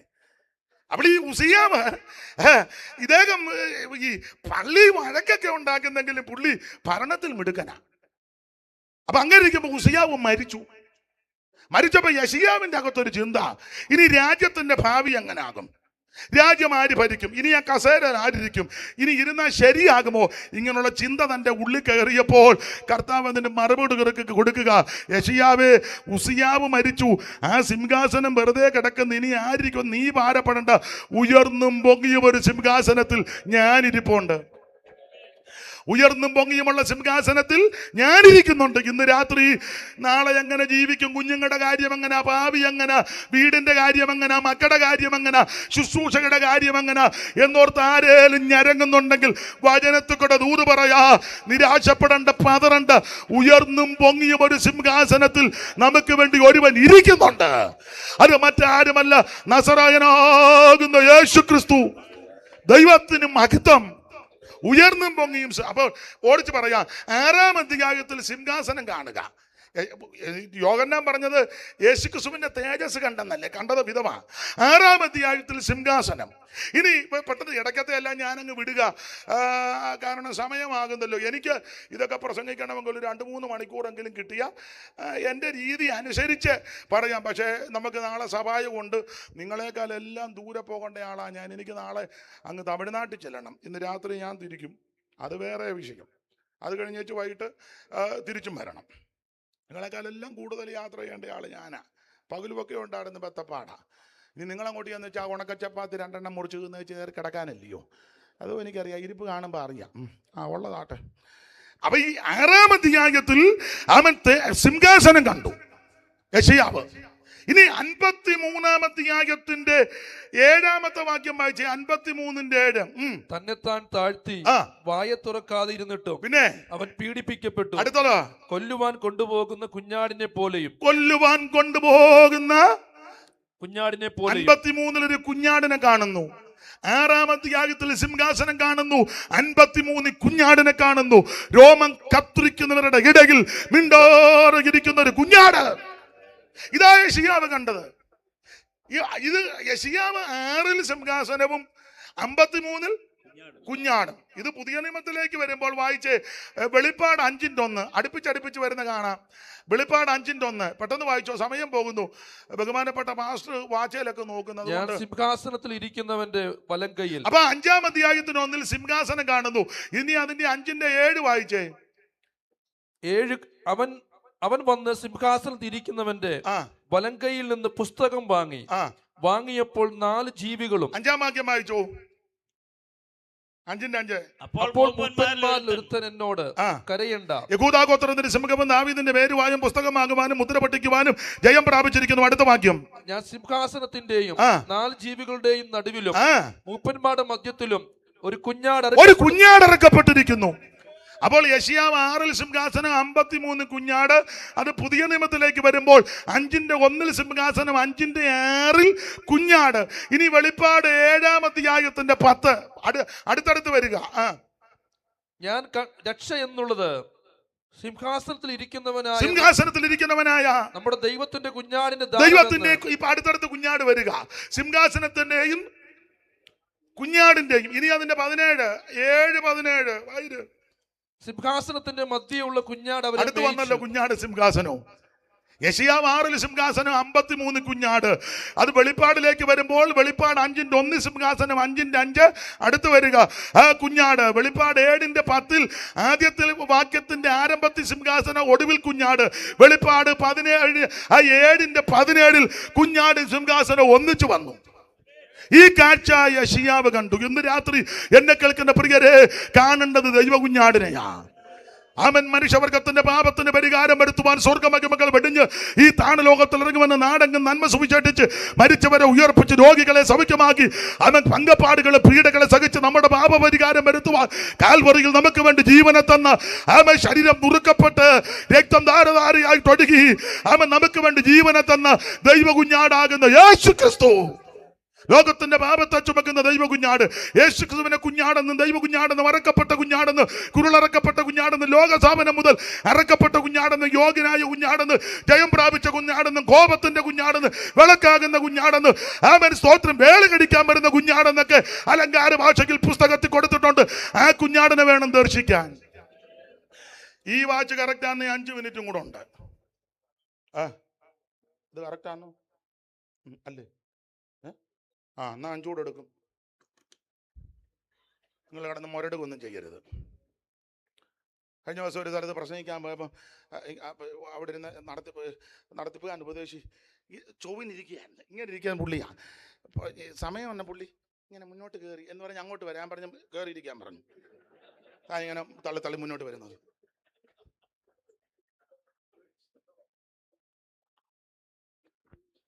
ദൈവസന്നിധി ഇരിക്കുന്നത് നഷ്ടമൊന്നുമല്ല, ഒരു നഷ്ടവുമല്ല. ദൈവത്തിന് മഹത്വം, നമുക്കത് അനുഗ്രഹം തന്നെ. ഞാൻ നിങ്ങളുടെ സമയം കവർന്നെടുക്കുന്നില്ല, ഇങ്ങനെ തന്നെ അങ്ങ് പോട്ടെ. യേശുക്രിസ്തുവിനെ യെശയ്യാവ് കണ്ടു. കണ്ടപ്പോൾ എന്തൊക്കെ കണ്ടു? ചടിയടാന്ന് വായിക്കാമെങ്കിൽ ചടയനെ വായിക്കാം. മുഴുവൻ കാര്യവും കണ്ടു. എങ്ങനെ ഈ ശിശു എങ്ങനെ ജനിക്കുമെന്ന് കണ്ടു. വായിച്ച 7:14 പെട്ടെന്ന് വായിച്ചോ. 7:14 എങ്ങനെ ശിശു ജനിക്കും അറിയുമല്ലോ എന്ന്. കന്യാഗർഭിണിയായ ഒരു മകനെ പ്രസവിക്കും, അവൻ ഇമ്മാനുവേൽ എന്ന് പേർ വിളിക്കും. നമ്മോട് കൂടെ ഇരിക്കുന്നവൻ. അത് യെശയ്യാവ് കണ്ടു. കന്യക ഗർഭിണിയായി. പണ്ടൊരു ഹിന്ദു സഹോദരൻ നമ്മുടെ ഒരു ഉപദേശിയോട് ചോദിച്ചു, കന്യക എങ്ങനെയാ ഗർഭിണിയാകുന്നത്? കൊടുക്കാൻ ചോദിച്ചതാ. പുള്ളി പറഞ്ഞു, ചെവിക്കകത്തൂടെ കൊച്ചു വരുന്നെങ്കിൽ പിന്നെ കന്യക ഗർഭിണിയാകുന്നത് വലിയ അത്ഭുതമൊന്നുമല്ല. എന്നാ ആട്ടെന്ന് പുള്ളി. കന്യകാസുതനായി തരയിൽ വന്നുദിച്ച ധന്യനിമാനുവൽ ഇവൻ താനെ. മോനെ വായിക്കാൻ നേരമില്ല, അതുകൊണ്ട് നിങ്ങൾ ഇരുന്നു, സമയം പോയി. നീക്കുവിൻ ഇവനെ എന്നലറി ശത്രുഗണം ക്രൂശിപ്പാൻ കൊടുത്തോനും ഇവൻ താനെ. ആദിയിൽ പറുദീസിൽ നാഥൻ വാക്കു ചൊന്ന നാരികിൻ സന്തതി ഇവൻ താനെ. യൂതന്മാരനുദിനം കാൺമാൻ കാത്തു നിന്ന ദൈവത്തിൻ മിശിഹായും ഇവൻ താനെ. പാടാൻ നേരമില്ല. അപ്പൊ കന്യകാസൂനുവായി ഇവിടെ അവതരിക്കും. അത് യെശയ്യാവിന് വെളിപ്പെട്ടു. കന്യക ഗർഭിണിയായ ഒരു മകനെ. മാത്രമാണോ ശിശുവിന്റെ വിശേഷത 9:6. നമുക്കൊരു ശിശു ജനിച്ചിരിക്കുന്നു, നമുക്കൊരു മകൻ നൽകപ്പെട്ടിരിക്കുന്നു, ആധിപത്യം അവന്റെ തോളിൽ ഇരിക്കും, അവൻ അത്ഭുത മന്ത്രി, വീരനാം ദൈവം. യേശു ദൈവമല്ലെന്ന് പറയുന്ന വെടലകൾക്കുള്ള വാക്യമായത്. അവിടുന്ന് വീരനാം ദൈവമാ. പിന്നെ നിത്യപിതാവ്, സമാധാന പ്രഭു എന്ന്. അപ്പൊ അതും യെശയ്യാവിന് വെളിപ്പെട്ടു. എങ്ങനെ ജനിക്കും? കന്യകാസൂനുവായി ജനിക്കും. ജനിക്കുന്ന ശിശുവിന്റെ വിശേഷത അത്ഭുത മന്ത്രി, വീരനാം ദൈവം, നിത്യപിതാവ്, സമാധാന പ്രഭു. മാത്രമാണോ 7 കുടുംബത്തിൽ നിന്ന് വരുമെന്ന്. 7 കുടുംബം 11:1. 7 കുടുംബം. എന്നാൽ ഇശായിയുടെ കുറ്റിയിൽ നിന്നാ വരുന്നത്. ഇശായിയുടെ കുടുംബത്തിൽ നിന്ന്. കുത്തി ഏതാ? വായിച്ച രൂത്ത് 4:18. കുത്തി രൂത്ത് 4:18. പെട്ടെന്ന് വായിച്ചു, നേരമില്ല. ആ കണ്ണിക, ചെറിയ കണ്ണിക താഴെ. പേരസിന്റെ വംശപാരമ്പര്യമാവിത്. ഗസ്രോനെ ജനിപ്പിച്ചു. രാമിനെ ജനിപ്പിച്ചു. അമ്മീനാദാബിനെ ജനിപ്പിച്ചു. അമ്മീനാദാബ് നഗജോനെ ജനിപ്പിച്ചു. നഗജോൻ ശൽമോനെ ജനിപ്പിച്ചു. ശൽമോൻ ബോവാസിനെ ജനിപ്പിച്ചു. ബോവാസ് ഓബേദിനെ ജനിപ്പിച്ചു. ഓബേദ് യിശ്യായെ ജനിപ്പിച്ചു. യിശ്യായി ആ കുത്തിന്ന്. ഇതെല്ലാം പറയണ ഒത്തിരി സമയം വേണം. ഞാൻ അങ്ങ് അടങ്ങുക. ദൈവത്തിന് മഹത്വം. അപ്പൊ എങ്ങനെ ജനിക്കും? കന്യാസൂനുവായി ജനിക്കും. ജനിക്കുന്ന ശിശുവിന്റെ വിശേഷത അത്ഭുതമന്ത്രി, വീരനാം ദൈവം, നിത്യപിതാവ്. അല്ല, വെളിവും വെള്ളിയാഴ്ച ഇല്ലാത്തവനല്ല. സ്തോത്രം, സ്തോത്രം. ഈ ഭൂമിയിൽ വന്നപ്പോൾ ഇവിടെ ജീവിച്ചപ്പോൾ സമ്പൂർണ്ണ ദൈവവും സമ്പൂർണ്ണ മനുഷ്യനായിട്ടാണ് ജനിച്ചത്. മനുഷ്യനായതുകൊണ്ടാണ് പടയിൽ കിടന്ന് ഉറങ്ങിയത്. ദൈവമായതുകൊണ്ടാണ് കാറ്റിനെ ശ്വാസിച്ചമർത്തിയത്. Praise the lord, praise the lord. മനുഷ്യനായതുകൊണ്ട് അവിടുന്ന് വിശന്നത്. ദൈവമായതുകൊണ്ട് 5 അപ്പവും 2 മീനും എടുത്ത് വാഴ്ത്തി 5000 പോഷിപ്പിച്ചവൻ. ഇന്ന് രാത്രി ഞാൻ നിങ്ങളും ആരാധിക്കുന്ന യേശു സമ്പൂർണ്ണ ദൈവമാണെന്ന്. വീരനാം ദൈവം, അവിടുന്ന് നിത്യപിതാവ്. ദൈവത്തിന് മഹത്വം അനുഭവിക്കുന്നവർ ദൈവത്തിന് മഹത്വം കൊടുക്കുക. എങ്ങനെ ജനിക്കും? കന്യാസൂനുവായി ജനിക്കും. ജനിക്കുന്ന ശിശുവിന്റെ വിശേഷത 9:6. ഏത് കുടുംബത്തിൽ നിന്ന് ജനിക്കും? അവൻ 11 ഇശായിയുടെ കുത്തിയിൽ നിന്ന്. ഈ ശിശു ശൈശവത്തിൽ എന്ത് പൂജിക്കും? 9:14. 7:14. ഒന്നുകൂടെ വായിച്ചോ. 7:14. നിർത്തുക. നന്മ തിരഞ്ഞെടുപ്പാൻ പ്രായമാകും വരെ അവൻ തൈരും തേനും ഉപജീവിക്കും. തൈരും തേനും കൊണ്ട്. തൈരും തേൻ, ഞാനെപ്പോഴും തേൻ അടിച്ചു മാറ്റിയ തേനല്ല, മോട്ടിച്ച തേനല്ലെന്ന്. അതുകൊണ്ട് ശിശു ശൈശവത്തിൽ പൂജിക്കും. മാത്രമാണോ ശിശുവിന് ഒത്തിരി വിശേഷതയുണ്ട്. എല്ലാം പറയാൻ നേരമില്ല. ഒടുവിൽ ഈ ശിശുവിന്റെ ആദ്യത്തെ ശുശ്രൂഷ അത് 9:1. യെശയ്യാവ് 9:1. വായിച്ചോ. എന്നാൽ കഷ്ടതയിൽ ഇരുന്ന ദേശത്തിന് തിമിരം നിൽക്കത്തില്ല. പണ്ട് അവൻ സെബൂലൂൻ ദേശത്തിന് നഫ്താലി ദേശത്തിന് കീനത വരുത്തിയെങ്കിലും അവൻ കടൽ വഴിയായി യോർദാനക്കരയുള്ള ജാതികളുടെ അത് എല്ലാം വിവരിക്കാന്ന്. യേശുവിന്റെ കന്നിപ്രസംഗം സെബൂലൂന്റെ നഫ്താലിയുടെ അതിരുകളിൽ അതും വെളിപ്പെട്ടു. അതിലാണ് മർക്കോസ് 1:16, 19, മത്തായി 4:12. യേശു ഗലീലയിലെത്തി. ഇരുട്ടിലിരുന്ന ജനം വലിയൊരു വെളിച്ചം കണ്ടു. അപ്പൊ യേശുവിന്റെ ആദ്യത്തെ ശുശ്രൂഷ എവിടെ? അതും വെളിപ്പെട്ടു. മാത്രമാണോ അവിടുത്തെ തിരുമരണം, അതാണല്ലോ 53 മുഴുവൻ. എങ്ങനെ മരിക്കും, ഏത് വിധത്തിൽ മരിക്കും, ആര് കൊല്ലും, ഏത് വിധത്തിൽ മരിക്കും, എവിടെ അടക്കും, അതെല്ലാം അടുക്കടുക്കായിട്ട് യെശയ്യാവിന് വെളിപ്പെട്ടു. മാത്രമാണോ അവിടുന്ന് സ്വർഗത്തിലേക്ക് പോയിട്ട് തിരിച്ചു വരുമെന്ന്, വീണ്ടും വരുമെന്ന്. ആ വരവ് രണ്ടാം വരവിന് 2 ഘട്ടം. ആ 2ാം ഘട്ടം എന്തിനാ വരുന്നത്? ഭരിക്കാൻ വരും. അതാ 32. ഒരു രാജാവ് നീതിയോടെ വാഴും. ആ ഭരണം എങ്ങനെ? അയ്യോ എല്ലാം പറയാൻ നേരമില്ലയോ, ഞാനങ്ങ് അടങ്ങുക. നീതിയോടെ ഭരിക്കും. ഭരണത്തിന്റെ വിശേഷത 11:5 വായിച്ചോ. 11:5 ഭരണത്തിന്റെ, എല്ലാം എടുക്കാൻ നേരമില്ല. 11:5 ഭരണത്തിന്റെ വിശേഷത. നീതി അവനെ നടുക്കെട്ടും, നീതി അവനെ നടുക്കെട്ടും, വിശ്വസ്തത അവന്റെ അരക്കച്ചി. ഇവിടെ ആര് ഭരിച്ചാലും ശരിയാകത്തില്ല. പിന്നെ നമ്മൾ ചെയ്യേണ്ടത് ഭരിക്കുന്നവർക്ക് വേണ്ടി പ്രാർത്ഥിച്ചോണം. പുസ്തകം അങ്ങനെ പഠിപ്പിക്കുന്നത്, ആര് ഭരിച്ചാലും ശരി. കാരണം നല്ല ആഗ്രഹമുള്ളവനെ സമ്മതിക്കുകയല്ലോ. സമ്മതിക്കുവോ? സത്യം പറയല്ലേ? സമ്മതിക്കത്തില്ല. അങ്ങനത്തെ ലോകമാ. ചില വിഷയത്തിൽ കണ്ണടക്കേണ്ടി വരും. നമുക്കറിയാം തെറ്റാണ്, പക്ഷെ അതിന് കൂട്ടുനിന്നേ ഒക്കൂ. അതെന്നെ മനസാക്ഷിക്ക് പോറല. എന്നാൽ ഇവിടെ ഒരു നല്ല ഭരണം വരും. ആര് ഭരിക്കും? യേശു ഭരിക്കും. കാരണം നീതി അവനെ നടുക്കട്ടാ. പിന്നെ വിശ്വസ്തത അവന്റെ അരക്കച്ചയുമായിരിക്കും. പിന്നെ ചെന്നായി കുഞ്ഞാടിനോടുകൂടെ പാർക്കും. പുള്ളിപ്പുലി കോലാട് കുട്ടിയോടുകൂടെ കിടക്കും. കിടക്കട്ടെ, വായിരടുത്ത വായിച്ചു. പശുക്കിടാവും ബാലസിംഹവും തടിപ്പിച്ച മൃഗവും ഒരുമിച്ച് പാർക്കും. ഒരു ചെറിയ കുട്ടി അവയെ നടത്തും. പശു കരടിയോടുകൂടെ മേയും. സിംഹം പുല്ലു തിന്നിടും, പുള്ളിപ്പുലിയും ഗോസമതുപോൽ സർപ്പത്തിൻ പോത്തിൽ കളിച്ചിടും. ചെറിയ ശിശുക്കൾ യേശുവിൻ രാജ്യം വരുന്നു പരമേശൻ ഇപ്പാരിൽ ഭരണം. യേശു ഇവിടെ ഭരിക്കും. ഒരു രാജാവ് നീതിയോടെ വാഴും. അതും യെശയ്യാവിന് വെളിപ്പെട്ടു. ഞാൻ നിർത്തുക ഇടയ്ക്കത്തെ എല്ലാം വിടുക. എല്ലാം വെളിപ്പെട്ട് ഒടുവിലേ പുതുവാന ഭൂമി വരെ വെളിപ്പെട്ടു. 66:22 ഞാൻ ഉണ്ടാക്കുന്ന പുതിയ ആകാശവും പുതിയ ഭൂമിയും മതി. യേശുവിന്റെ തേജസ് കണ്ടപ്പോൾ മുഴുവൻ വിഷയവും വെളിപ്പെട്ടു. എന്നിട്ട് പറയാ, പുതുവാന ഭൂമി, പുതിയ ആകാശം, പുതിയ ഭൂമി. ഒന്നാമത്തത് ഒഴിഞ്ഞു പോകുക. കണ്ടാലും സകലതും പുതിയതാ. ഇതുവരെ യെശയ്യാവിന് വെളിപ്പെട്ടു. ഇന്ന് രാത്രി ആ കർത്താവിനെ കണ്ടേച്ച് തിരിച്ചു പോകാവൂ. ഇവിടെ വേറൊന്നും കണ്ടില്ലെങ്കിൽ യേശുവിനെ നല്ലതുപോലെ കാണണം. അവിടുത്തെ അനുഭവിച്ചു രുചിക്കണം. ആ തിരുവചനത്തിൽ യെശയ്യാവ് പറയുക, രക്ഷിപ്പാൻ കഴിയാതെ യഹോവയുടെ കയ്യ് കുറുകിയിട്ടില്ല. ഇന്ന് രാത്രി ദൈവത്തിൻ്റെ കൈ കുറുകിപ്പോയിട്ടില്ല. ആ വാക്യം ഞാൻ ഇന്ന് പ്രസംഗിക്കുന്നില്ല. കാരണം ഇനി അത് പറയണമെങ്കിൽ 1-2 മണിക്കൂർ അങ്ങോട്ടെങ്കിലും വേണം. എങ്കിലും നിങ്ങൾ ഇതുവരെ എന്നെ കേട്ടിരുന്നല്ലോ. നന്ദി ദൈവത്തിൻ്റെ മകത്ത്. ഞാൻ ഇരിക്കുക, അതാണ്ട് ബൈബിളും എല്ലാം വെച്ചിട്ട് നിങ്ങൾ ഓർക്കും. അത് അവിടെ ഇരിക്കുന്നതുകൊണ്ട് അയാൾക്കിളക്കം വന്ന് വെച്ചു. അല്പസമയം ദൈവത്തെ മഹത്വപ്പെടുത്തണം. എല്ലാവരും ദൈവത്തെ സ്തുതിക്കും. ഇന്ന് രാത്രി ഈ പന്തൽ വിട്ടു പോകുമ്പോൾ യേശുവിൻ്റെ തേജസ് കണ്ടേ പോകാവൂ. യേശുവിനെ കണ്ടാൽ നിനക്ക് രോഗശാന്തി ഉണ്ടാകും. യേശു അടുത്ത് വന്നാൽ നിനക്ക് സൗഖ്യമാ. യേശു നിന്നെ സ്പർശിച്ചാൽ ഇന്ന് രാത്രി വിടുതല. അല്പസമയം എല്ലാവരും ദൈവത്തെ മഹത്വപ്പെടുത്തിയാട്ടെ. ആരും മൗനമായിരിക്കരുത്. എല്ലാവരും കർത്താവിന് മഹത്വം കൊടുക്ക്. മാറത്ത് പൊൻകൊച്ചകെട്ടുവനായി ചുട്ടുപടിപ്പിച്ച വെള്ളോടെന്ന് സദൃശമുള്ള പാദമുള്ളവനായി 7 നക്ഷത്രം വലങ്കിൽ പിടിച്ച് പൊൻ നിലവിളക്കണ നടുവിൽ നിലയും കതിരിച്ച് നടകൊള്ളുന്നവൻ ഇന്ന് രാത്രി നമ്മുടെ നടുവിലുണ്ട്. അനുഭവിക്കുന്നവർ ദൈവത്തിന് മഹത്വം കൊടുക്കുക. ആരും മൗനമായിരിക്കരുത്. അല്പസമയം ദൈവത്തെ മഹത്വപ്പെടുത്ത്. ഇന്ന് രാത്രി ദൈവം വിടുവിക്കുന്ന രാത്രി ആകട്ടെ. യേശുവിന്റെ തേജസ് ഇന്ന് രാത്രി ഇറങ്ങട്ടെ. ഓ ദിപിക്കമല്ല.